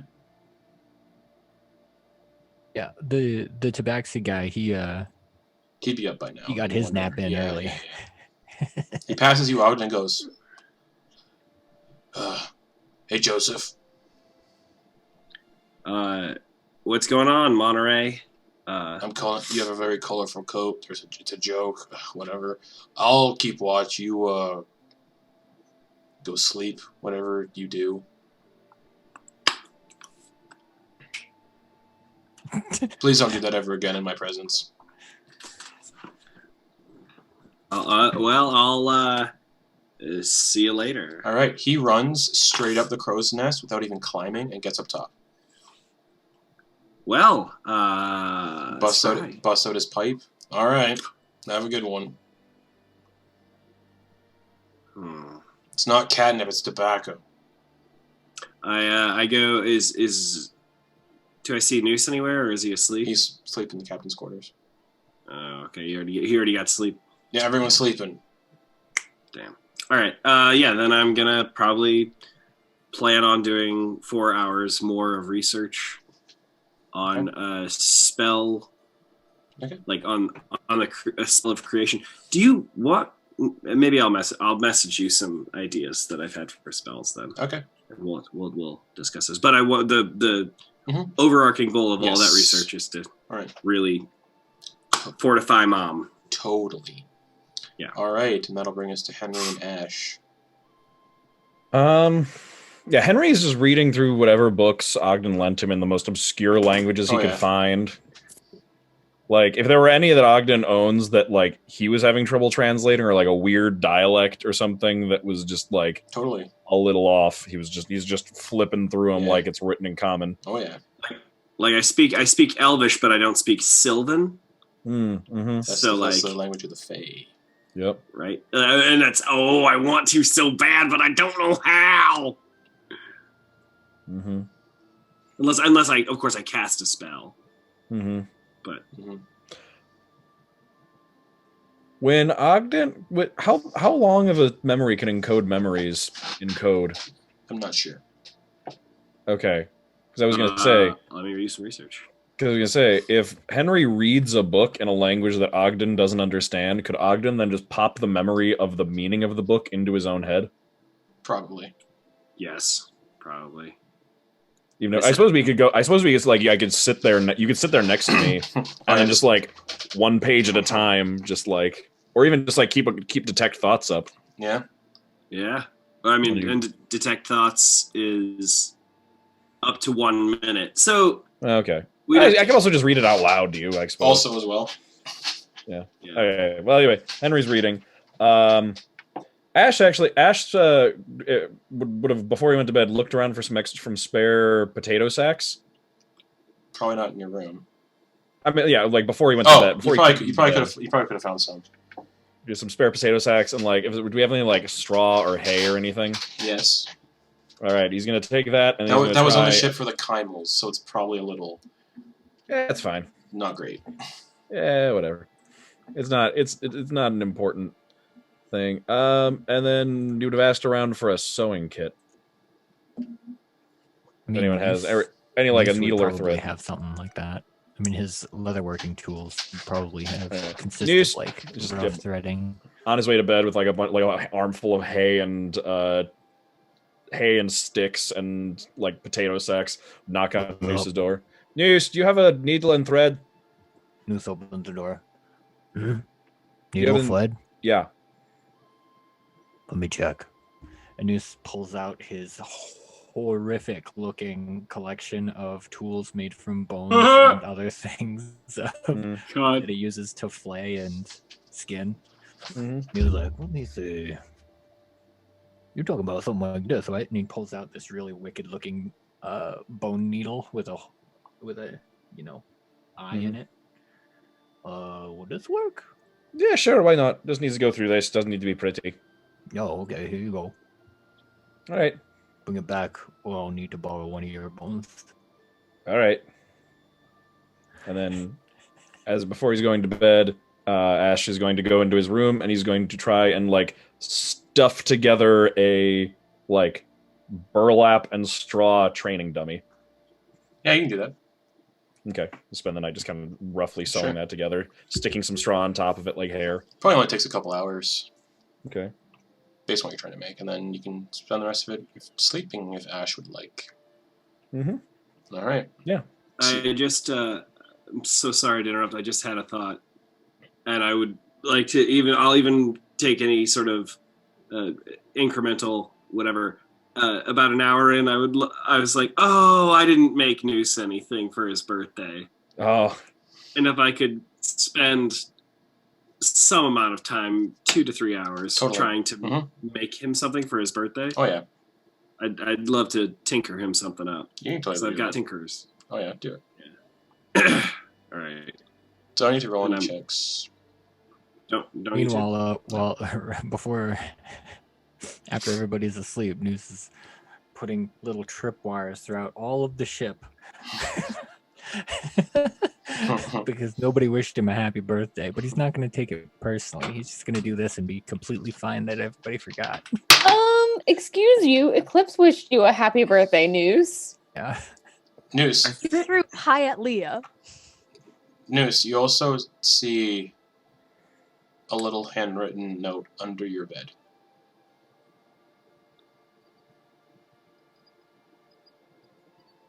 And then has a good look. Okay. It's a piece of parchment that just says, very terribly spelled. Mm-hmm. It's HAPY BORFDIH NUSE. Happy birthday, Nose. And it's a picture. It's a really Birthday. terribly drawn picture of you and Grump hugging. Oh, gosh. Yeah, we're buds. Oh, Grump. And there's a little blood You have so stain on much it. to learn. What? There's a little blood stain on it. Oh, no.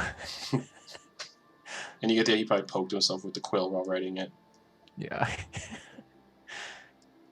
He's got he's got so much to do. I really hope Pipshin gives him strength. Okay. And he thinks that as he goes to sleep. Okay, so everybody gets their sleep. Ogden, you finally take your rest after studying the book and making use of present. About an hour into the sleep, Leah, you feel a pressure on your chest. And it wakes you up. Do you open your eyes? Yep. Okay. Sitting there hunched on your chest, feet kind of up like a knobbly, old, pale, withered legs kind of up on your chest, hands up like a T-Rex, all frail and white and knobbly, kind of long, greasy black hair missing in patches and big boils on the skin and scalp, two big yellowing eyes, a hooked nose with warts all over it, and a broken, blackened smile. She just looks at you and goes, "You weren't supposed to wake up yet." And she disappears. And you pass right out again and get a full night's rest. Everybody does. However, Leah, your hit point maximum does not get reduced. But it also doesn't go. But it also does. But it also go back up. But it also doesn't go back up. It's still reduced by the original 10. Do I still have? Did I get my spells back? You did. You got a long rest, but your hit points did not reset. Okay. And everybody kind of wakes up, and you can hear going, "Hey, everybody, wake up! It's me, Bunkfish. You just fucking hired me, just in case you forgot." Gonna need to do a dex save as it goes down the stairs. Oh, yeah. What the fuck? Probably just a 12. All he has to get is a 12. That's an 18 plus or whatever. He's like, he just steps over all of them. Everyone, there's a dock up ahead and a big old crevasse in the side of cliff. I think we're here. I stopped the ship just to be safe. Alright, cool. So y'all on deck, and he just steps over all the wires again and gets back up on deck. And Eclipse passed out on the deck too, so she is completely on the deck. Oh, hey. Hi, when did we get here? Like an hour ago. Okay, so... It's like 10 a.m.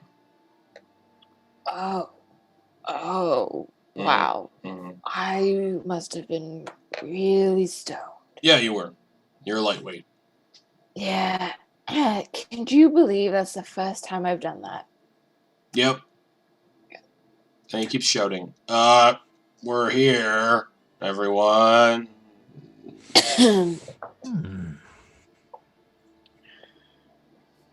I'm gonna start like prepping us to dock. Okay. It's calisthenics, just doing some stretching. I open the door. I have a little box with me. I open the door and I step out into the hall and start to head up. Deck safe. Great. Oh. Okay, I think that didn't do it, but let's... okay, so yeah, no, I got an 11. That just fails. Oh, Great. no. I haven't rolled my portents yet, although I did already roll that, so it doesn't count, but I'll roll my portents. I know what those are. So yeah, what happens? What befalls me? Oh, nothing. It's just a simple trip trap where they just dunk and then fall to the ground prone. Oh. Yeah. And if you want, depending on who's rolling, you can choose to do a strength saving throw and snap it instead of trip. Ogden, Like it's a simple. Ogden each hit on the stairs. Just Yeah. Oh no! What about the toy? it's fine. Oh, You protected it. oh good. And I probably scraped my knee. Yeah. Oh, damn it. Alright. Oh, these were new pants. And Ogden, you can see tripwires all over the lower deck. Yeah. After tripping. Oh The wait. place is lousy with them. so then, yeah, my passive investigation Yeah, probably it kicks in and you're just like, okay, Yeah. over all those. And I rolled a 5 and a 13 for portents. Okay. Who's How are getting? your galaxy pants? How are my galaxy pants? Well, now there's a red rip in them like there was in the sky. Who's getting up? Commend that. Who's waking up next? Noose Ash, definitely tries to get up before everyone else. Stand at the You top of definitely, the stairs. you definitely and would wait, be. Oh yeah. wait for all of the people to trip and revel in it. You would have seen Ogden eat shit on the stairs. Yeah. And then see Nice, what are you doing over there? Oh, hey, Noose, buddy. I just wanted to say I made you something, for your birthday. Happy birthday, Captain. Oh. It's not every day that your baby boy turns 11, so That's very true. happy birthday, champ. Thanks, Ogden. What is this? What you got for me here? Well, so when you open the box, there is a little doll inside of the box that looks alarmingly like you. That when it has a big smile on its face, and there's a line that you can see that opens, and the interlocking teeth. And as the interlocking teeth of your face come open, massive tentacles, like your shoulder tentacles, pop out, and it holds coins. Oh, So it's man. it's like a piggy bank. That is amazing. Oh, Ogden, this is so creative. Oh man, look at him go! Look at him go! And it's just like. Oh, I love it, Ogden. This is so nice. Well, yeah, happy birthday. Blessings of Pipshin be upon you. I'm sorry it couldn't match your current resplendent glory. Oh, thanks. It's great. It's pretty much my favorite right now. Well, I'm flattered. I just hope your birthday goes well. That's all. Yeah. Ooh, that said, it looks like we're close to getting into port. Could you keep an eye out for us? Yeah, absolutely. See how things are looking. Yeah, I'll check out and see how. There's a makeshift dock that's really old, almost like no one docks here. And Eclipse is already like her and Monkfish are already lassoing the ship to the dock and getting it like nestled up next to it.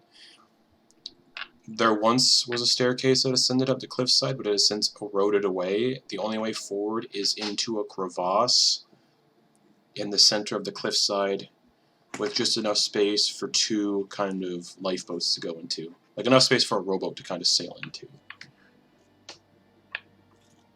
Cool. So basically, the side of this cliff is kind of just split open. And you can see where a settlement used to be on the cliff that fell into and sunk beneath the water. And now it's just a crevasse that just goes inward into the continent. You could say it sunk beneath the tide. You guys hear an explosion below deck as all the volatile acrid explodes. You know, we deserve that. But no, that's what Ogden sees.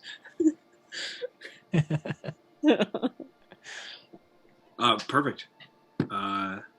Yeah, it looks like the only way forward, Captain, is taking a ding-dang dinghy. Oh, right, that sounds good. And there's lots of moss and fungus growing on the sides of the crevasse. Yeah, Leah will be very excited, I imagine. Where is everyone? How is everybody getting up this week? I hope so. Get up. Here, Ogden, you can stand next to me. We'll watch. Oh. I suppose Ash will wake up. Yep. Go open the door Doesn't or attempt open. to. The handle doesn't even move either. You just hit your head off the door. What?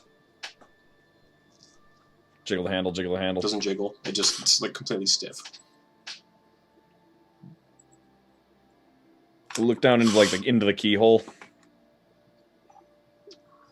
There's a solid white substance. Henry. Yes. Henry, we're locked in. What? We're locked in the ship. Or we're locked in our room. Oh, that's strange. I think there's something on the outside of the door. I'm sorry, 1 second. Henry will get up and get dressed. I can... Hang on 1 second. And Henry will just dimension door outside the room. Yeah, and he sees the prank set up. There's a bunch of traps, I think. And what does he see when he turns around and looks at the door? Deck safe. Well, he's not he just appears in the hallway so far. Okay. He hasn't gone anywhere. He just appears in the hallway and turns around and looks at the door. Right. Sees Does it look? Sees a cream pie suspended above the door and weird stool nearby with a wig on it. I meant just like the door itself. Does it look like anything's blocking it? No. Or- There's nothing blocking the door, though there's a bunch of strange things set up out here. Alright, so the door's just stuck. It doesn't look locked. Alright. Get out of the way. I guess Henry will just start to try to go above decks. Alright, so Henry gets to the stairs and needs to make a dex or strength save. Strength save? Or dex, I Or think. strength. Yeah, dex or strength. Alright. Your choice. Let's see what Henry gets for his dexterity saving throw.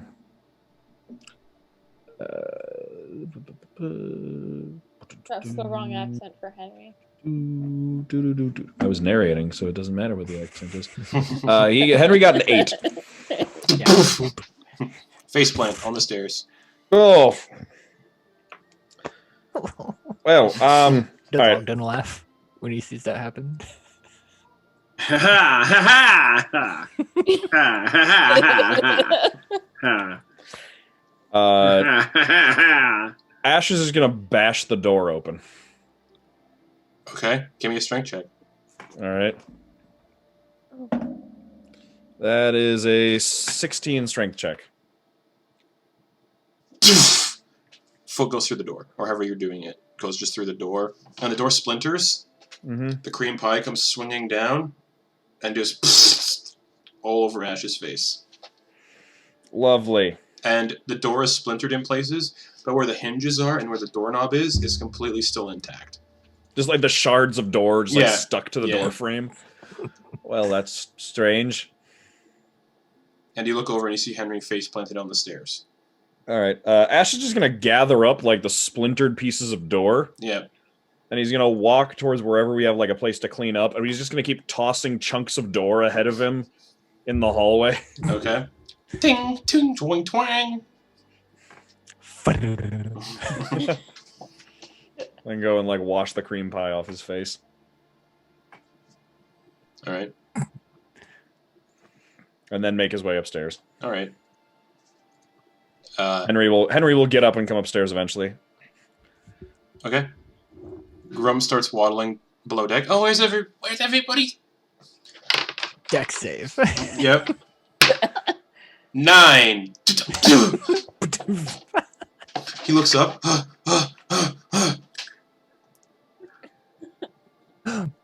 You're not the only one who can do pranks, Grump. And you he's- got by the captain. And he scurries up the stairs. Oh, we're here. Yeah, we made it. Hi, Ash. Hi. What's with all this stuff? Ash has like one chunk of door left over. He just tosses off the edge of the ship. Don't know. That's weird. Just making sure my crew is spry and ready for a day on land. Cause Well, there it is. we need a new door in the Oh, room. Leah. You're still below deck.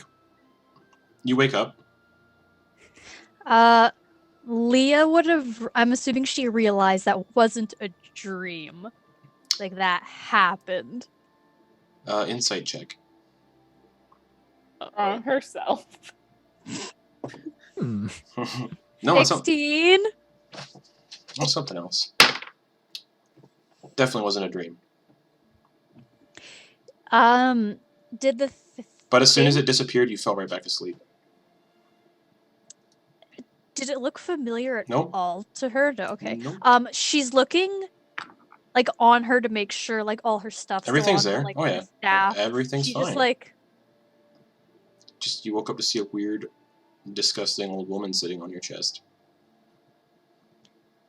she just gets up out of the hammock, kind of like feeling like better than she did the other night. And she's just like, that lavender does really weird things to you, doesn't it?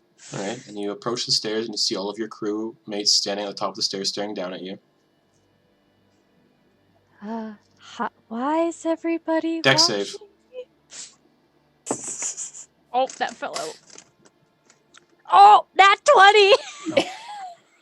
Twing, and she just it doesn't. You just don't trip. Just twing. She just keeps walking up the stairs, super confused. Grump's like, ah, damn it. Oh, you missed the best ones, Grump. So That's okay. you experienced one of the funny ones. Yeah, I first glued the time. door shut. I mean, no, I didn't. You what? You. Oh, you what a opened your lovely door. morning. All right, everyone, focus up. Everybody's clicking now. We got our Yeah. brains active. Yeah, we're all here. Excellent. All right, let's bring it in. Let's bring the ship in, or get it close. Yeah. We anchor and get our dinghies going and roll in. Who's staying behind to watch the ship then? Let's see. And How we about can- this? How about we ask who wants to do the search for the buried treasure? And Noose is gonna wave his hand. I need to get off the ocean. All right. And Grump's like, yeah, me too. I want to help for once.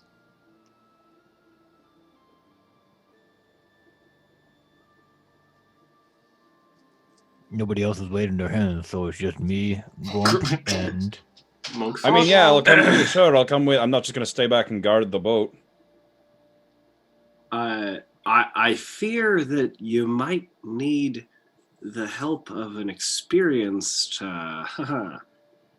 dungeoneer as myself. I've been in many a ruin, but I want to make sure everyone's safe too. I don't want to. Oh.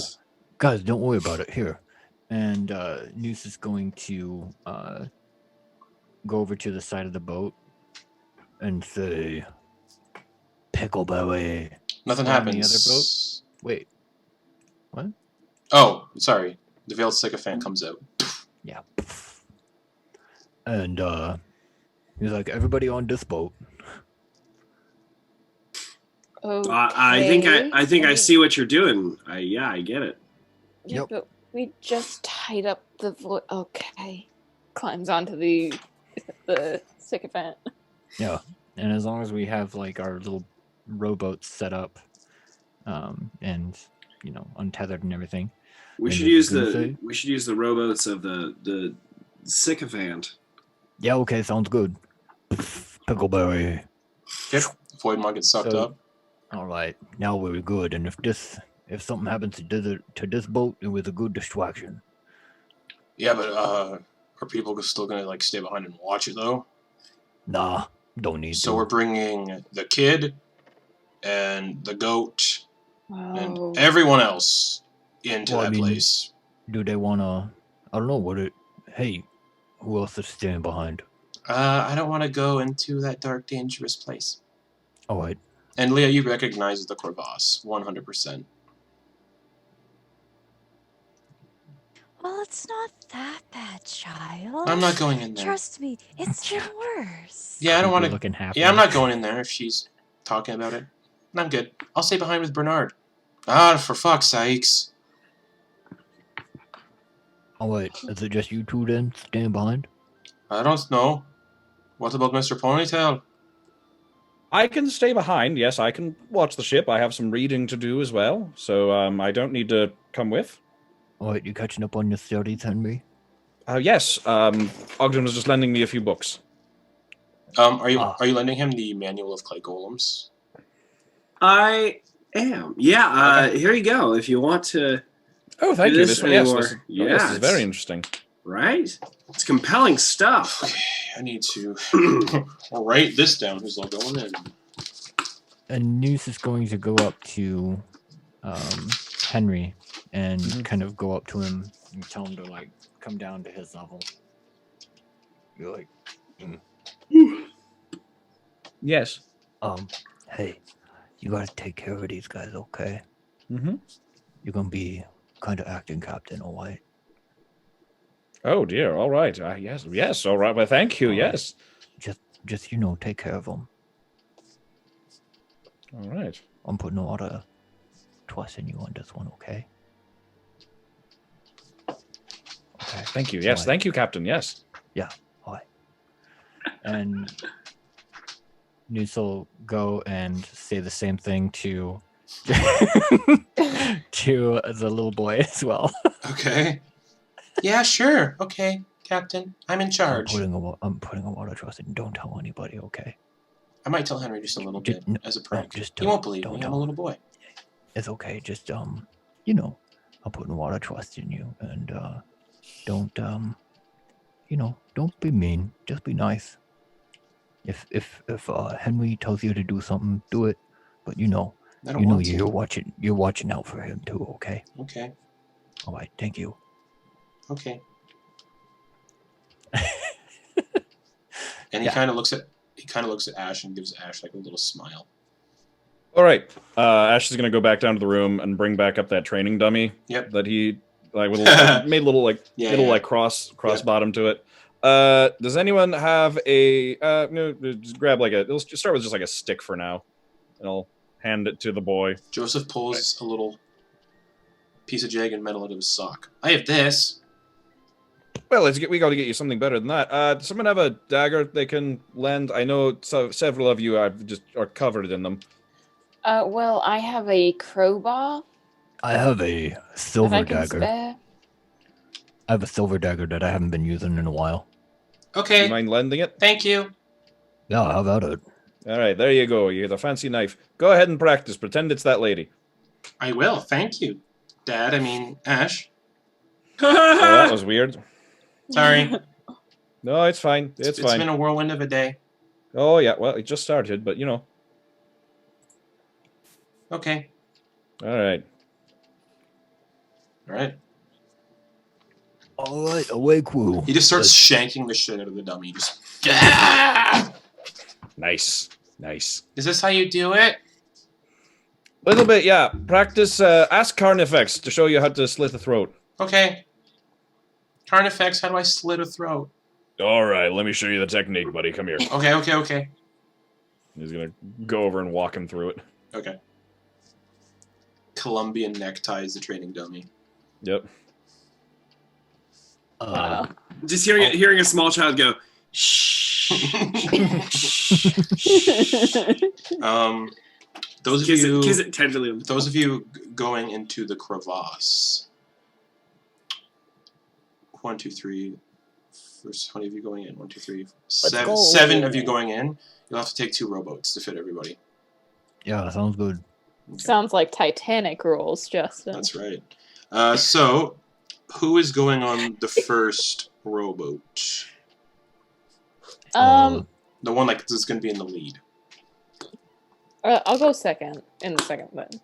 All right. I know that's not what you asked, but Noose is in the first one. Okay, who's joining Noose in the first boat? I'll scout with Noose in the first boat. It's a horrible idea, but I'm going to do it anyway. Well, Noose is gonna have our new Tabaxi friend with us in the first boat. Okay, so just so that we got some muscle. Yeah, Ogden, Noose, and Monkfish. Leah, you've been here before. Yeah, so I'll go in the first boat with them. Okay, that'll fill up the first boat. So that means in the second boat is two small creatures in that first boat. Guess who's in the second boat? Eclipse, Ash, and Grump. Eclipse and Grump. Oh, party boat, Sam! Let's go. If something happened to him, I don't think we could just say whatever we wanted. No one would know. Wait. As a captain, that he fell out of the boat. No. As captain, Noose might want to avoid that. Okay, so he just fell out of the boat. He might onto a knife 12 times. He would swap out Ash with our new Tabaxi friend. Monkfish. So Monkfish and Eclipse are on a boat together. Yeah. He's like, oh, cool. You gonna smoke more of my supply? No, I think I had enough for 1 week. Good. He looks at Grump. You fucking unnerve me. I lean over to Monkfish. He does that to all of us. Great. I wish you wore more clothes. And you all kind of move into the crevasse and the rowboats, lower them into the water. You all get situated. Grump's like, do you guys know any? I have some wonderful rowing songs. Can I turn to Monkfish and try to get him to start doing a secret handshake? He ignores you completely. Dude. Why would I do a secret handshake? Oh. Because we're like weed bros now. We're both. I'm a Tabaxi. You're a Tabaxi. We both smoke catnip. What do you got? All right. So I was thinking that we just start with a simple handshake, Mm-hmm. and then we turn it into like one of these, where like you go like that, and I go. It's hard to do. Here, can I just see your hand? He just hands you one of his hands. They're very well Great. manicured and taken care of. Better Okay. than hers. Oh yeah. Then we do this, Uh-huh. and then we hook our fingers, Yeah. slide it, and hook the fingers. Yeah. And Wait, then what are hooker fingers? you're not there. Yeah, he is. He's in the front. No, he's in the front not. boat. He's Yeah. not. That's right. Sorry, forgot. Yeah. Sorry. So So here, handshake, Yeah, we're not that thumb far away. hold, Okay, yeah. slide and hook the fingers, Yep. pull back, and fist bump. I keep hearing hooker fingers from back there. Don't think I'm gonna remember that, unfortunately. It's not that hard, man. It's Hey, it's Ash, full- what are hooker fingers? I Well- really don't know. Ask Eclipse. She keeps saying it. Well, as you all begin your little trek into the crevasse, that's where we're gonna take a break. All right. Oh, just bonding with my new friend.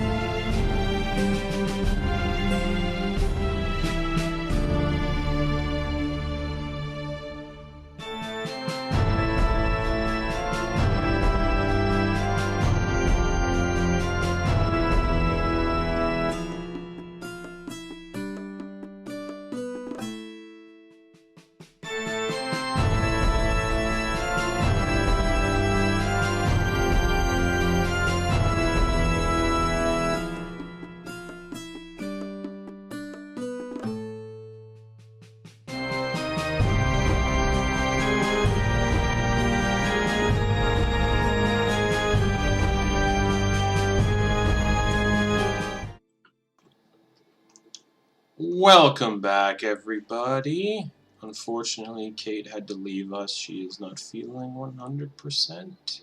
Just for the night, not like permanently. Yeah. Oh. All right. So the little rowboats begin to sail into the crevasse where Blutfelsen used to be, and it gets incredibly dark as you're sailing inside a cliff face. Fungus and moss growing on the walls, but then the fungus starts to light up a little bit, like little blue mushrooms start to light up at the sign of presence, casting a sort of eerie blue dim light down into the water and into the rowboats. And from the rear boat, you hear Grump go, I don't like that. Looks like home to me. Nope. Lee's gonna try and reach out and just kind of like boop one of the mushrooms. It shrivels up. Is it dark in here? It's dim light with all these mushroom lights on the walls. All right. Ash will like pull up Loreweaver on the prop it up in the boat and just and illuminate it. Okay. A gray light emanates from the front boat, kind of making it a little brighter in here, and everyone can kind of see now pretty well. I'm going to hold up the ghost lamp to help as well. Okay. An eerie blue light from the ghost lantern as well. And Monkfish just like, oh, all these fuckers are full of light. What, do you not like white? It's fine. Okay. Zone of truth. No. And Leah, you haven't been in here in a while, but the path is familiar.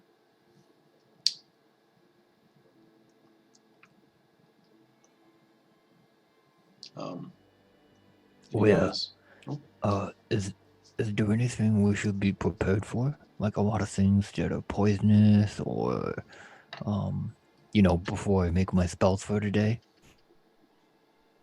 Well, it has been quite some time since I've been here. That's for sure. How long? Yells Monkfish from the back. Well, for sure 2 years. It's probably been closer to 7 total, though. I've been traveling quite a lot. Oh. So things could have changed. But how were they when you left? Like, should I prep something like detect poison and disease, or is that something that you can do, or I just need to you'll ask be Pipshin for some fine. things. You don't need anything like that. Nothing's going to poison you or attack you of that kind of sort. What about evil spirits or anything like that? Well, one of the forests was haunted, if I remember correctly. That forest is on the continent itself. It's not in this area. But we shouldn't have any issue with that. Okay. We're trying to Alright. get to the Blighted Grove, if I remember correctly. It shouldn't be too far. That doesn't sound like a nice place. Oh, it's quite lovely. Do you find the mushrooms growing around here lovely, Grum? No. Okay, maybe it won't be lovely to you, but I find it quite fascinating. Well, I did. Okay.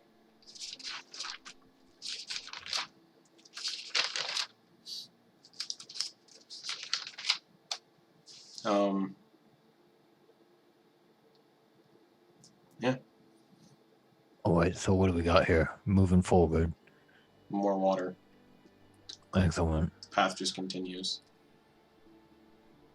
It does get a little narrower. It gets to the point where kind of the boats are almost scraping the sides. But they're fine. How deep is this?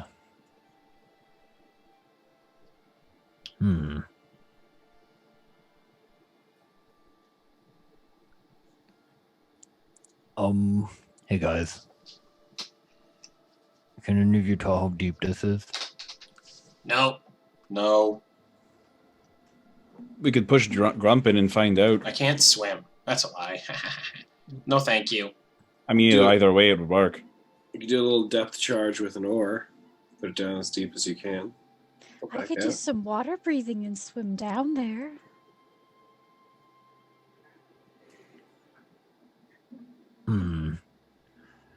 No, it's fine. We'll just keep going until it becomes an issue.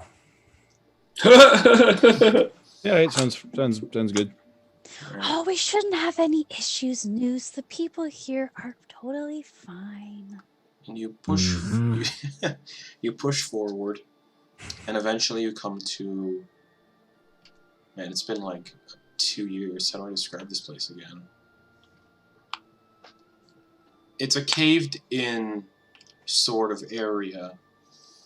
There's a pit in the center. You can kind of see dry land over it nearby it, but water's kind of flooding it a little bit, so there's really not much of a pit anymore. It's just been filled in with water. There are 2 massive statues of open, gaping maws, like mouths, that are also kind of filled with water, almost like this fell down through the cliff, and you look up and you can see a little bead of sunlight coming through, but not a lot, like a tiny little beam from when this whole cliff face collapsed in on itself and crumbled away. Sam remembers. Forward looks like the water is about 2 feet deep, and it goes into an archway. No more room for the boats to go. And it's just water all the way through. Stone walls. Not like rock, but this is like stone that was carved out by people, but is no longer intact. And Leah, looks all the same to you the last time you were here. It really has stood the test of time. She's gonna hop out and just kind of like run her hands over like the carving. Okay. 2 skeletons remain, actually. They'd be very old at this point, going on 200 some odd years, these skeletons. They look like minotaurs, but more goat-like. And they've kind of risen to the surface of the water almost, like they're hovering there. They're kind of floating in the, not floating because it's 2 feet deep, but they're kind of just like laying in the water above the pit, and their carcasses are like all moldy. The bones are covered in moss and little mushrooms, almost like a little landmark. The very first Mimics and Monstrosities encounter. Yeah.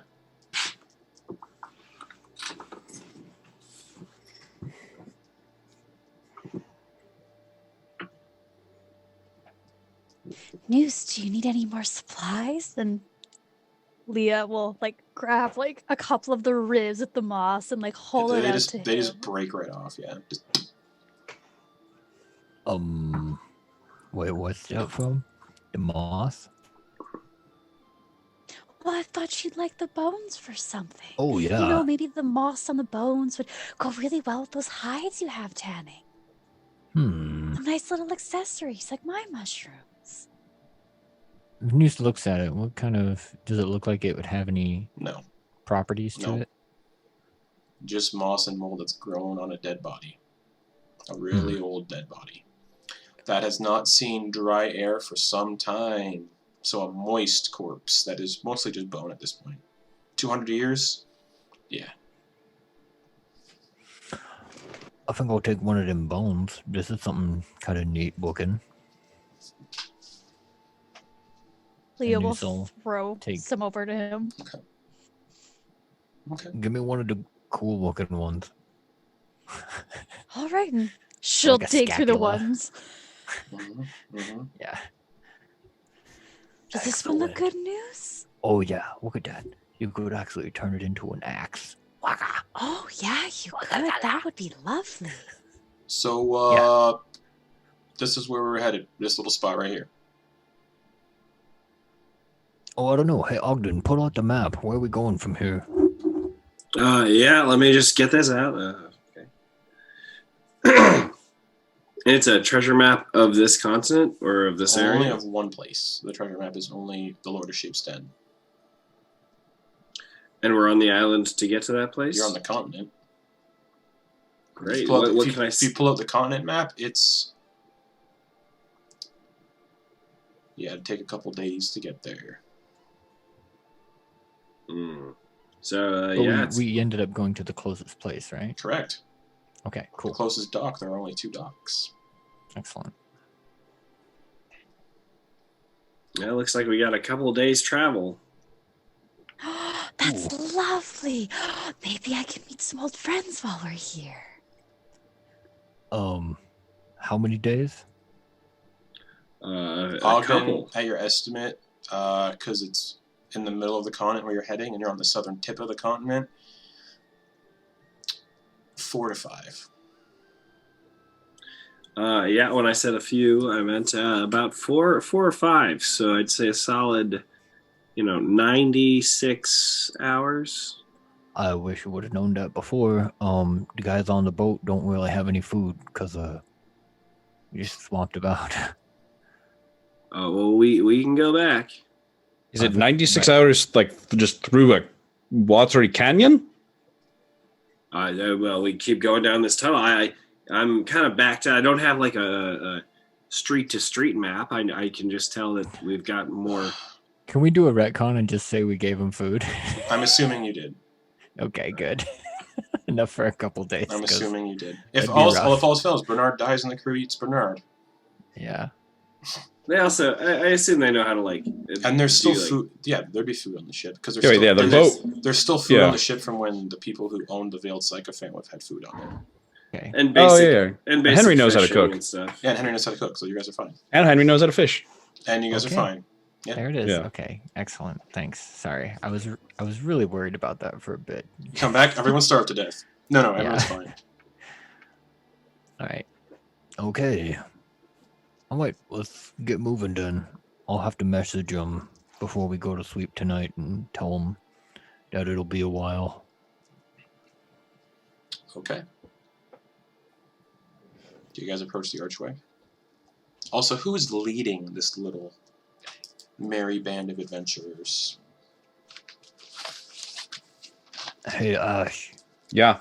want to join me up front? Am I not in the front boat? I thought I was. You guys are, yeah, I mean, like, yeah.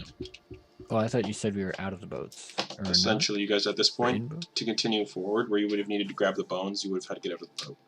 Oh, okay. Yeah, sure. What's up? All Wave holding the pike up and illuminating up ahead. Oh, nothing. Just checking on how you doing. What do you think about all this? It's a little weird. A lot of dead things. A lot of mushrooms. Leah seems happy. I am. It's wonderful. She has Jeez, better where did hearing you than I come thought she from? did. No, yeah, dang. Let's get a little bit further. Yeah, she definitely has a glow about her now that we're here. Hey, this morning, you probably gathered, but that was the pie with me. Yeah, I kind of figured that. Okay. Hmm. Did you know that yesterday was my birthday? Nope. It was. Oh, well, happy birthday. Yeah, thanks. It was a good one. I'll be honest, I wasn't quite sure what the date was yesterday. I stopped keeping track a while ago. Yeah, it was the last time that I learned the date. It was from May 1. So do you count the birthdays that you missed while you were in the Feywild, or no? Nah. Nope. All right. Because who's the birthday for? Other people or for you? Right, that's fair. That's fair. It's weird, though, is like, if I had known it was your birthday, like, I could have, been thinking about you on your birthday and thinking about the fact that it was your birthday, but you wouldn't have even known it was your birthday because it was like your birth minute in the Feywild. That is very true. Huh. Well, now you know. So if that happens again, if ever I'm gone or I leave, you'll know when my birthday is, and you'll know that every minute that goes by, or every day that goes by, there'll be a moment of that day where I can hear you wish me a happy birthday. What was the date yesterday? It was the 7th of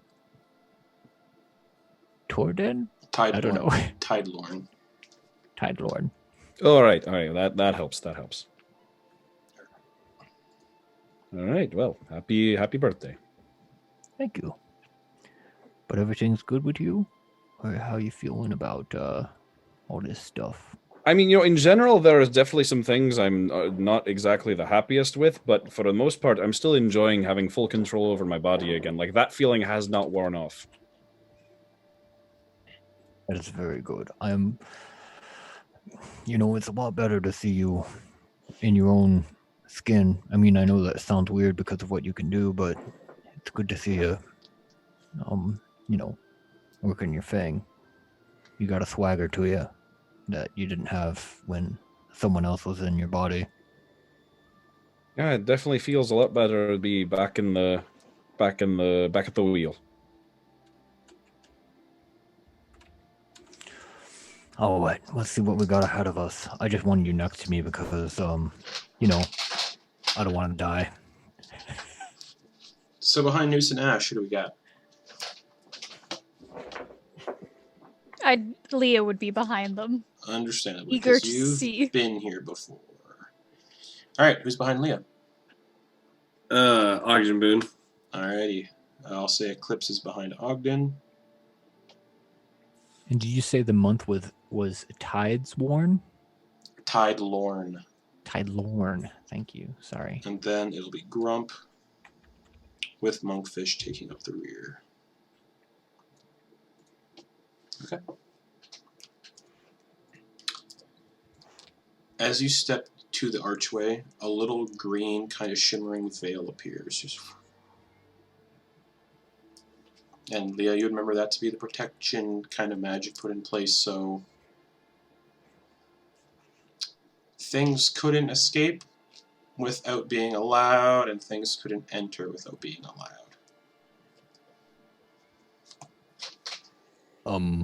Well, what's going on here? That's weird. Oh, it's just a little magic news, you know, some protection for the area. You could understand, right? Oh no, magic is never little. It always has a big thing attached. Well, I'm Did we just quite get hit little, with a so it is dingleberry? little to me. What's going on? What is this? Details. Would Leah know that we could? Yes. Noose, we can walk through it. It's fine. Don't worry. Do you want me to go first? Yeah. All right. And Leah will walk through. She walks. No issues. She walks through and disappears. You don't see her on the other side, which she knows is quite normal. Can you hear me? No, she can't. Oh, I think she died, guys. Well, you know, at least it wasn't like Eclipse. Yeah. That was rough. What? Whoa. What? I guess maybe insight check or trying to see if that's true or not, if she's actually dead. She She's passed through the veil, and we can't see her. Yeah. I guess my eyes are telling me that someone's just gone, and they seem to know more. And she just said, "Hey, she's dead." Like, what? Is that? Well, Leah, when you turn around, you see the veil is still there for you. You would know that. Hey, my friends aren't following me. If you stick your head through, your head will appear on the other side. I like poke my head back through. Are you coming? It's fine. Oh, okay. And Yeah, Leah that's will weird. grab Noose's hand and like Oh, no. slowly like pull him through. Blah. Like not yanking, just like coaxing him. Yeah, like leading a child into the water at the beach. Yeah. Just closes his eyes and turns his head. Everything's fine It's when you okay, pass through Noose. Noose. But when you pass through Noose, I'll wait till everybody passes through to see what you see. Okay. Well, the goblin's dead. Ugh. Ash is just gonna roll his eyes and walk through. All right, Monkfish follows. So does Grump. Grump chases after Noose. Actually, he's out of my way. And then Eclipse follows Monkfish, leaving Ogden by himself. What? No, I'm going in. Okay. As you all Leah's pass, just like rubbing like Noose's back, like, see, it wasn't that bad at all. as you all Noose pass, opens one eyeball. it's fine. Yeah. As you all pass through the veil, you see a city, or as once a city, long since destroyed. Ogden, you would know, maybe 200 some odd years ago, this place was destroyed. Yeah. It's still flooded. The water's maybe 2.5, 3 feet deep in this part. Mm-hmm. Buildings of green, almost transparent stone. There's carts nearby. There's tons of fucking bodies everywhere. All dead skeletons covered in moss and mold and mushrooms. There's a little general store. The sign's still semi-intact, kind of hanging on its side. And all you can make out is just the name, Pris Kirkins. And there's a cart nearby. And this is like a little settlement, completely flooded. And a lot of other bodies that are seem to be they kind of washed up in weird positions, like they're crumpled up on rocks and stuff, almost like they were carried by whatever flooded through here. And a lot of these corpses are wearing like robes and have faceless masks on. And they're all skeletons as well. And their clothes are kind of decaying and stuff. Leah, you would recognize the corpses. They were here when you were here last. They haven't moved since. Still in the same positions. You would have known the stories of the cult of the faceless ones, and that's what they would wear. They're dead bodies. Home sweet home. Leah's just gonna start walking forward a bit, like poking her staff at the dead bodies if they get in her way, just trying to, because she's short, trying to get through the water still. Mm-hmm. Grump's like, Nurse, I don't like this place. Yeah, I mean it, bud. It stinks. Even for you? It really stinks down here. Hey, Yeah, it doesn't that's smell fine. that bad. It smells like somebody pooped on a rotting corpse. It's just earthy. Yeah. Hmm. And as you all kind of just take in the sights, the door to that little shop opens. And a man walks out. He looks undead a little bit. Very pale skin. His eyes look like they've kind of like sunken in. There's no eyelets, they're just empty sockets. He's wearing a kind of weird top hat almost. It's kind of frayed and decaying. Kind of like a waistcoat with a long kind of like tailcoat underneath. Kind of like a bow tie. And he's got a cane with him. And he walks over and goes, "Oh, it's been some time since we've had people pass through." And he sees Leah and goes, "Ah, makes sense. Where are you all headed?" We're in. Care to introduce us? Leah, you have no idea who this is. I have no idea who this No, is. you've passed through here before. You've never really stayed long enough to talk to anybody or anything. I don't know him by name. Oh, apologies. My name is Pris Kirkins. I used to help people through this place when it was habitable. There used to be he points over to an old blacksmith's armory that's kind of collapsed in on itself as it eroded away. That used to be the forge. There was an inn nearby. It was very reputable. Thank you. Ogden. Yeah. Could you show him the map where we're going? Did you? Yeah. He said he would want to help us. You don't have to show him that. And Noose gets in closer. You don't have to show him exactly where we're going, just a general direction. And if we'll ask, yeah. He kind of leans in to like some of you and starts sniffing you a little bit. Hey. That's a familiar smell I haven't smelled in over 2 centuries. All right, back up, pal. Ah. What's this guy look like? He is a very pale human male, but he's got a definite stink to him, an undead stink to him, and he has no eyes. They've like sunk in and rotted away. He's wearing a top hat. And he just says, "How is Gundar? You smell of him." I don't know. I haven't seen him in a couple of years. Dwarf. Him and his friends are the reason this place looks like this now. Well, I show this guy the map, and I'm like, well, here we're going. We're, as you can You're going to Rotterstein. see. Yeah. The Lord of Shape's Den. That village used to be known for cannibalism before the Lord of Shapes was dealt with. You can thank Gundar for that if you see him again. Well, partially thank him for that. I guided him and his friends through here when they were here. This is called the City Below, or it was.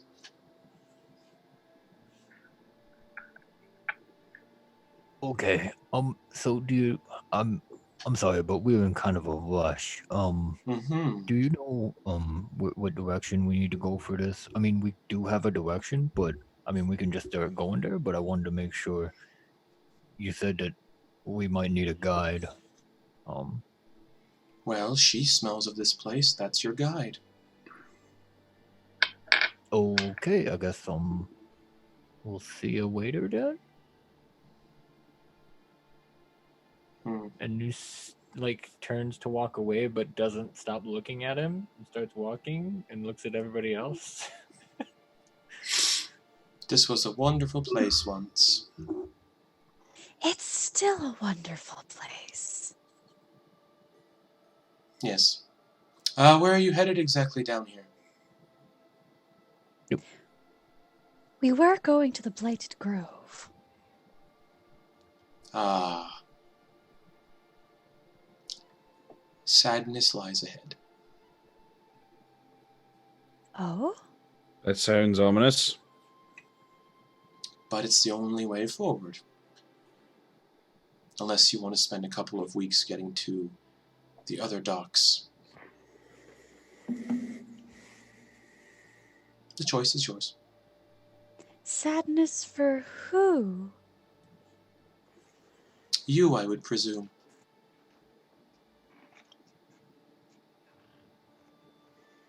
Yeah, it sounds ominous. He leans in at Leah. Everyone's circle ends. She's just gonna Not Like, yours. Not yours. Just everyone's will. Eventually. she's been like happy and smiling this entire time. Like, oh, she's back home, and she just like kind of goes straight face for a minute, just kind of goes silent.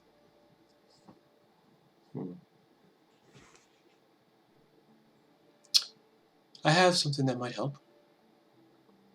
Two shakes. Come into my shop for a second. And he just walks into the shop. All right. Leah will follow him. All right. She goes into the shop. Just a quick thing. Yeah. You heard the exchange and saw Leah's expression change, correct? I don't know. Or was that something that she would have done secretly? I don't know. No, like she, Leah. like you saw like the smile like go. Yeah. Like, Okay. Okay. Cool. Then you go into the shop, Leah? yes. Okay. There's another individual in the shop. They're kind of wearing a plague doctor outfit that's kind of also rotted away and whatnot. And their intestines are just hanging out. And they're like, oh, hello. Good to see you. The name's Victor von Esten. I see you have some insides on your outsides, but Yeah, you I got dissected by the old cult that lived down here when I was alive. Well, ish. Ah, yes. Yep. Hey, why are you guys dead? Oh, you guys follow her into the shop? Yeah. Ashley's gonna stay outside and keep an eye out. Yeah, no, I'll probably post up Okay. with Ash. It's like, so I don't- Pris says, oh, everyone who lives down here died. Not all of our souls got freed when this place was liberated. So your circle hasn't ended. Maybe a little. More so stuck in a loop. Makes sense. An endless cycle. Well, when the place was destroyed before, when the entity that called itself the city below was killed by Gundar and friends, Koana, everyone, we all found our rest. And then we didn't. We sort of just sprang back into our bodies. Interesting. Yes. So now me and Victor just sort of stay down here and try to live. I mean, do you try or do you want to move on? Oh, we can't. No. Nothing dead can pass beyond the veil down here. What's your challenge waiting? Don't worry about it. I'm just gonna destroy undead. Alright. That's weird. Yeah. Yeah, news? Why are we in here? Well, they said they had something that might help. Okay.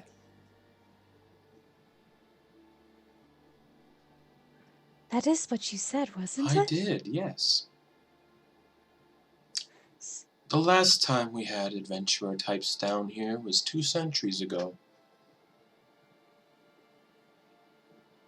One of them died violently not too long into their journey.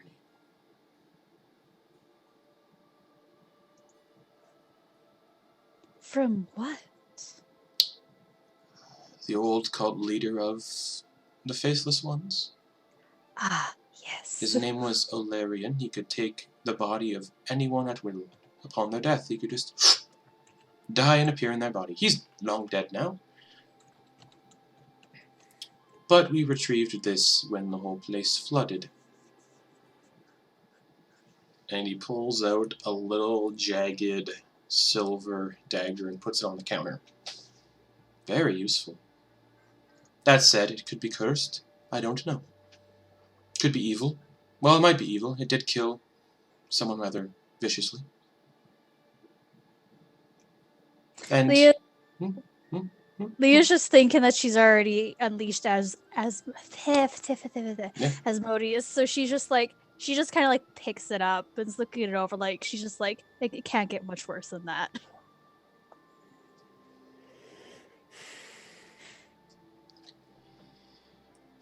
I feel like, well, in our studies, numerous studies of us killing ourselves over and over with it,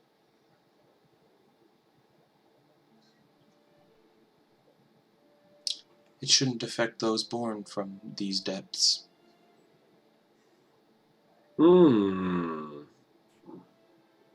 As in, if it is cursed, it shouldn't affect someone born from these depths. So the gift is yours, little one. May you find more use out of it than we did. Thank you. Yeah, and just to be safe, Victor casts a spell on it and says, it's not cursed. I appreciate that, Victor. She kind of like points that towards him, like.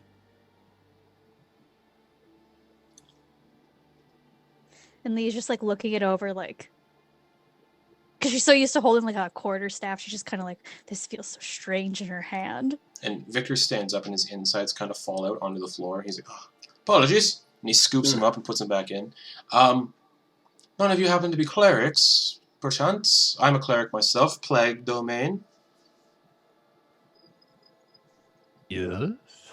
Oh, good. Can I speak to you privately away from? And he tilts his head towards Leah. Yes, we'll shuffle over. He casts message.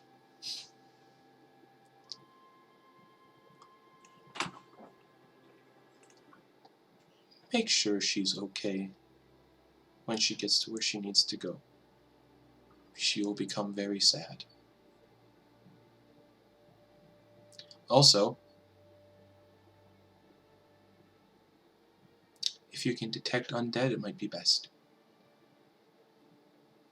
And he kind of just steps back. Well,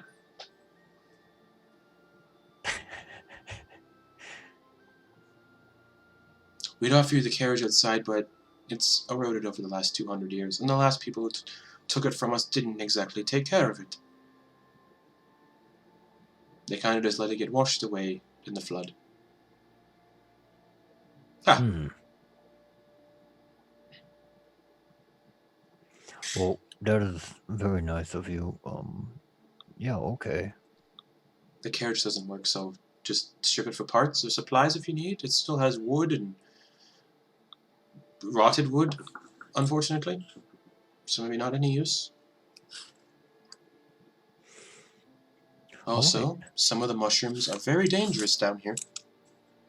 Some shriek, some are incredibly poisonous, and some explode like a fireball almost. Ooh, the exploding ones. Any particular color? Red, they pulsate and they radiate immense heat. Any brushing against them causes them to pop. Oh boy. Well, thank you for the hospitality. I think we better get going. And I'll make sure to put this dagger to good use. Thank you. All right. And Victor kind of just goes to show you guys to the door, and his organs fall out again. And he's like, Oh, Damn it. Leah like helps him like scoop up some of the thank organs you. and stuff Oh, it back thank you, in. thank you, thank you. Oh, it's no problems. It's just a little Oh. intestines and some liver. Get it up there nice and good. So What's going on? Oh Lord! What? Oh, what is that? Oh, hello, No! everyone. I am Victor Oh. von Esten. These are my organs. Oh yeah, I can see that. Oh, it smells putrid. Oh my. Ogden, can I get in that necklace with you? Could you fit her on both of us? sorry. Breathe through your mouth. Yes, I've heard that helps. Ash is just gonna think for a second, and then focus really hard, and then his nose just vanishes completely. Yeah. Yeah, works. This is really weird. Was this a general store, Justin? It was at some point. Okay.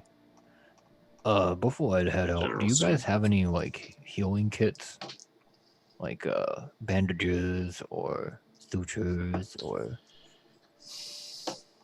You know, we haven't had to give anything to people in a long time. Let me go see in the back. Oh, thanks. It just might be something we might need. You know, I'm running pretty low on this one. He holds up a red box with a white cross on it. Goes into the back. He comes back. Fortunately, no. Okay. And Brittany, no. Nothing important was said. All right. Thanks. Best of luck. All right, let's get going, guys. And they both kind of stand at the door of the shop, kind of just watching you go. The cleric pushing his organs back in again as they fall out again. Ugh. See, this is why I sit down all the time now. Oh boy. Yeah, guys. Here, they said that there was a wagon over here that we could strip for parts and supplies. Yeah, it's All right. a wooden carriage. It's basically eroded away. The wood's rotting. There are little pieces of metal that are keeping it intact in places, but those have rusted. And there's like just wet, dripping cloth all over it. You said it's a wagon. How are the wheels? Oh, they're not great. They're completely just rotted away, falling apart. I'm gonna say if there are at least two, someone could make a bike. Ring ring. All right. Ogden, let's have a look. Yeah. Well, let's check it out. All right. What can we find for supplies in there? Wet cloth and rotting wood and bolts, rusted bolts. Geez, what I hope that was. Let's keep moving. Yeah, this is I feel like this is bust. We're busting. Okay. You guys keep moving? Yep. Guys, I think I might need to prepare some different spells, because they gave me some interesting warnings. How? So anybody else who needs to prepare, just think about, hey, what would I do if I had to fight undead stuff? And that might be useful. Well, I hate it with really hard, the same way I kill everything else. And that's why we love you, buddy. Why did I throw my cards away? That's like all my magic right there. I'm sure you'll be a fine Glump. Great. Pipshin's right behind you. Yep, and he's got his cudgel that he made. And you guys keep walking. And we're going to end the session real soon, but as you guys are walking, you kind of leave this little settlement that is just nothing. Still through water and gunk. Like flesh is basically just kind of like rendered into the water. That's kind of what's skimming the surface. To the left, there's a forest. Just outside of the settlement. There's a fog over it. And you can hear singing coming from the forest. And looking over, standing at the edge of the forest, is a little girl who seems severely injured, bloodied. And then beside the forest, there's a weird building that looks cult-like in appearance. It's kind of crumbled and rotted away. And then nearby, there's just a bridge extending beyond, the road continuing. And the forest is about 100 or so feet away.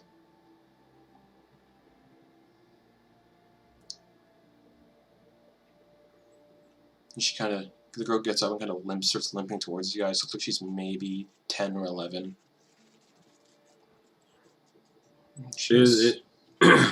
Are you here to help me? What's going on here? Ash. Yeah? My brother got lost in the forest. Are you here to help me?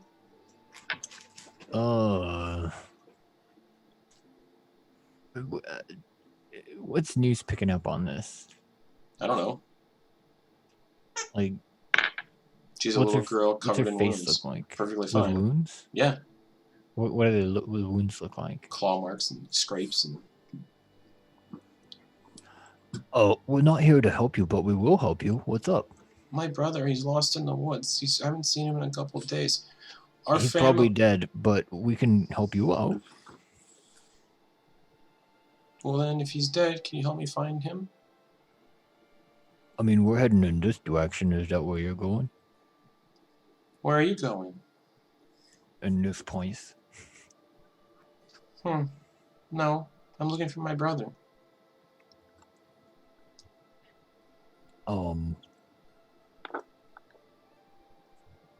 Like I said, it's probably not good if you want to, like, you know, survive a bit. You could hang out with us. I don't think that's safe for me. All right, well, you know, hunker down. Do you want some food? No. Do you have some food? Mm-hmm. Okay. And she gestures to a little camp that you can see at the edge of the forest. How old is this girl again? Maybe 10 or 11.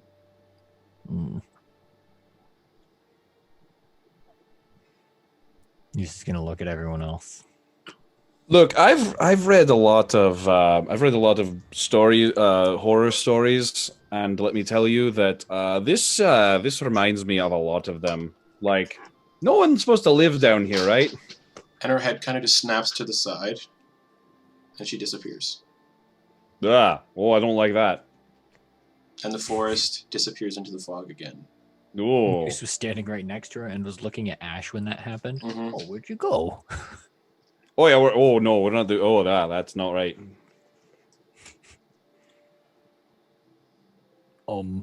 I guess keep moving, gang.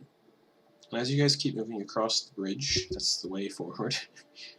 Yeah. Unless you want to go where the forest was. Sam has been there before. And you guys cross I remember that little girl. But you guys cross the bridge.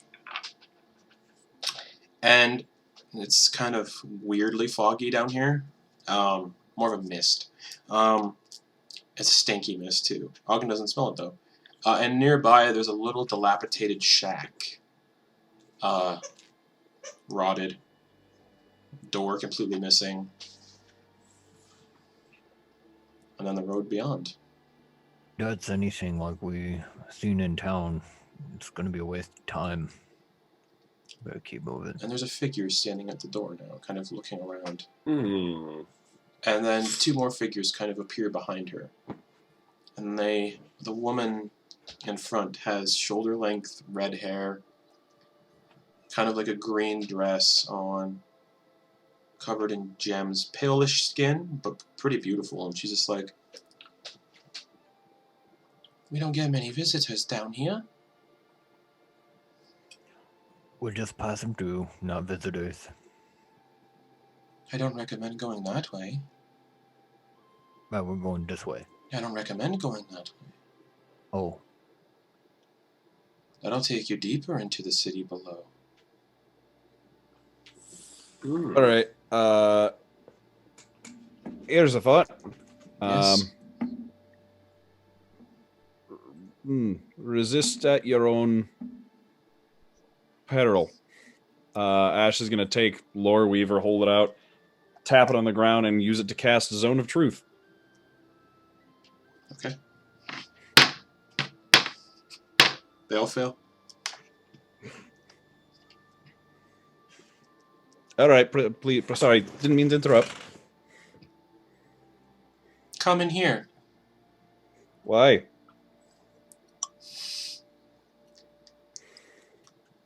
We want your souls. I knew it. I knew it. And their visages just all change into hags. And they're like, fine, so be it. And they just close the door. I like this. I like this thing. I really like this thing. that's a good one. Uh-huh. Dang. That's pretty special. Uh-huh. Can do that like 3 more times. Or no, 2 more times? 2 more times. Oof. That's nice. That was clutch. Do you guys keep walking Alright. then? Yeah, moving on. Alright, you keep Better walking. Keep an eye out for them hags. You keep walking down the stone road, and the water gets thicker, more soup-like. And a body kind of just bumps into Ogden a little bit and kind of just floats away. You've seen bodies in very different states of decomposition. Wait, how high is the water right now? That's about 2.5, 3 feet. Geez, this is getting pretty difficult, guys. And this is going to take the time to cast water walking on everyone. Oh, that's right. Sam, I don't know if you Mhm. remember. Do you remember if down here had any specific rules on magic? I don't think it did, because Gundar never... Aside from resurrection. No, I don't think it did, because Gundar never had to do anything with casting spells. That's right. Okay. After that body hits me, I still check my wallet. And as the body floats away, and you guys continue through this road of water and scum, that's where we're going to end the session for the week. All right. Still all my rubies. So, thanks for watching, everybody, and thank you for joining us in our return to a Campaign 1 setting. Mm-hmm. It's going to be a lot of fun from here on out down here. Memories. So not so great ones. Yeah. But until then, everybody have a good night, and join us tomorrow for our year anniversary Ooh, happy birthday. for Shadows of Rain. Yeah. So our year anniversary of streaming. Mm-hmm. So good night, everybody. Bye bye. Also, we'll be giving prizes away at the break tomorrow. Bye. Oh, wow. Okay. Woo.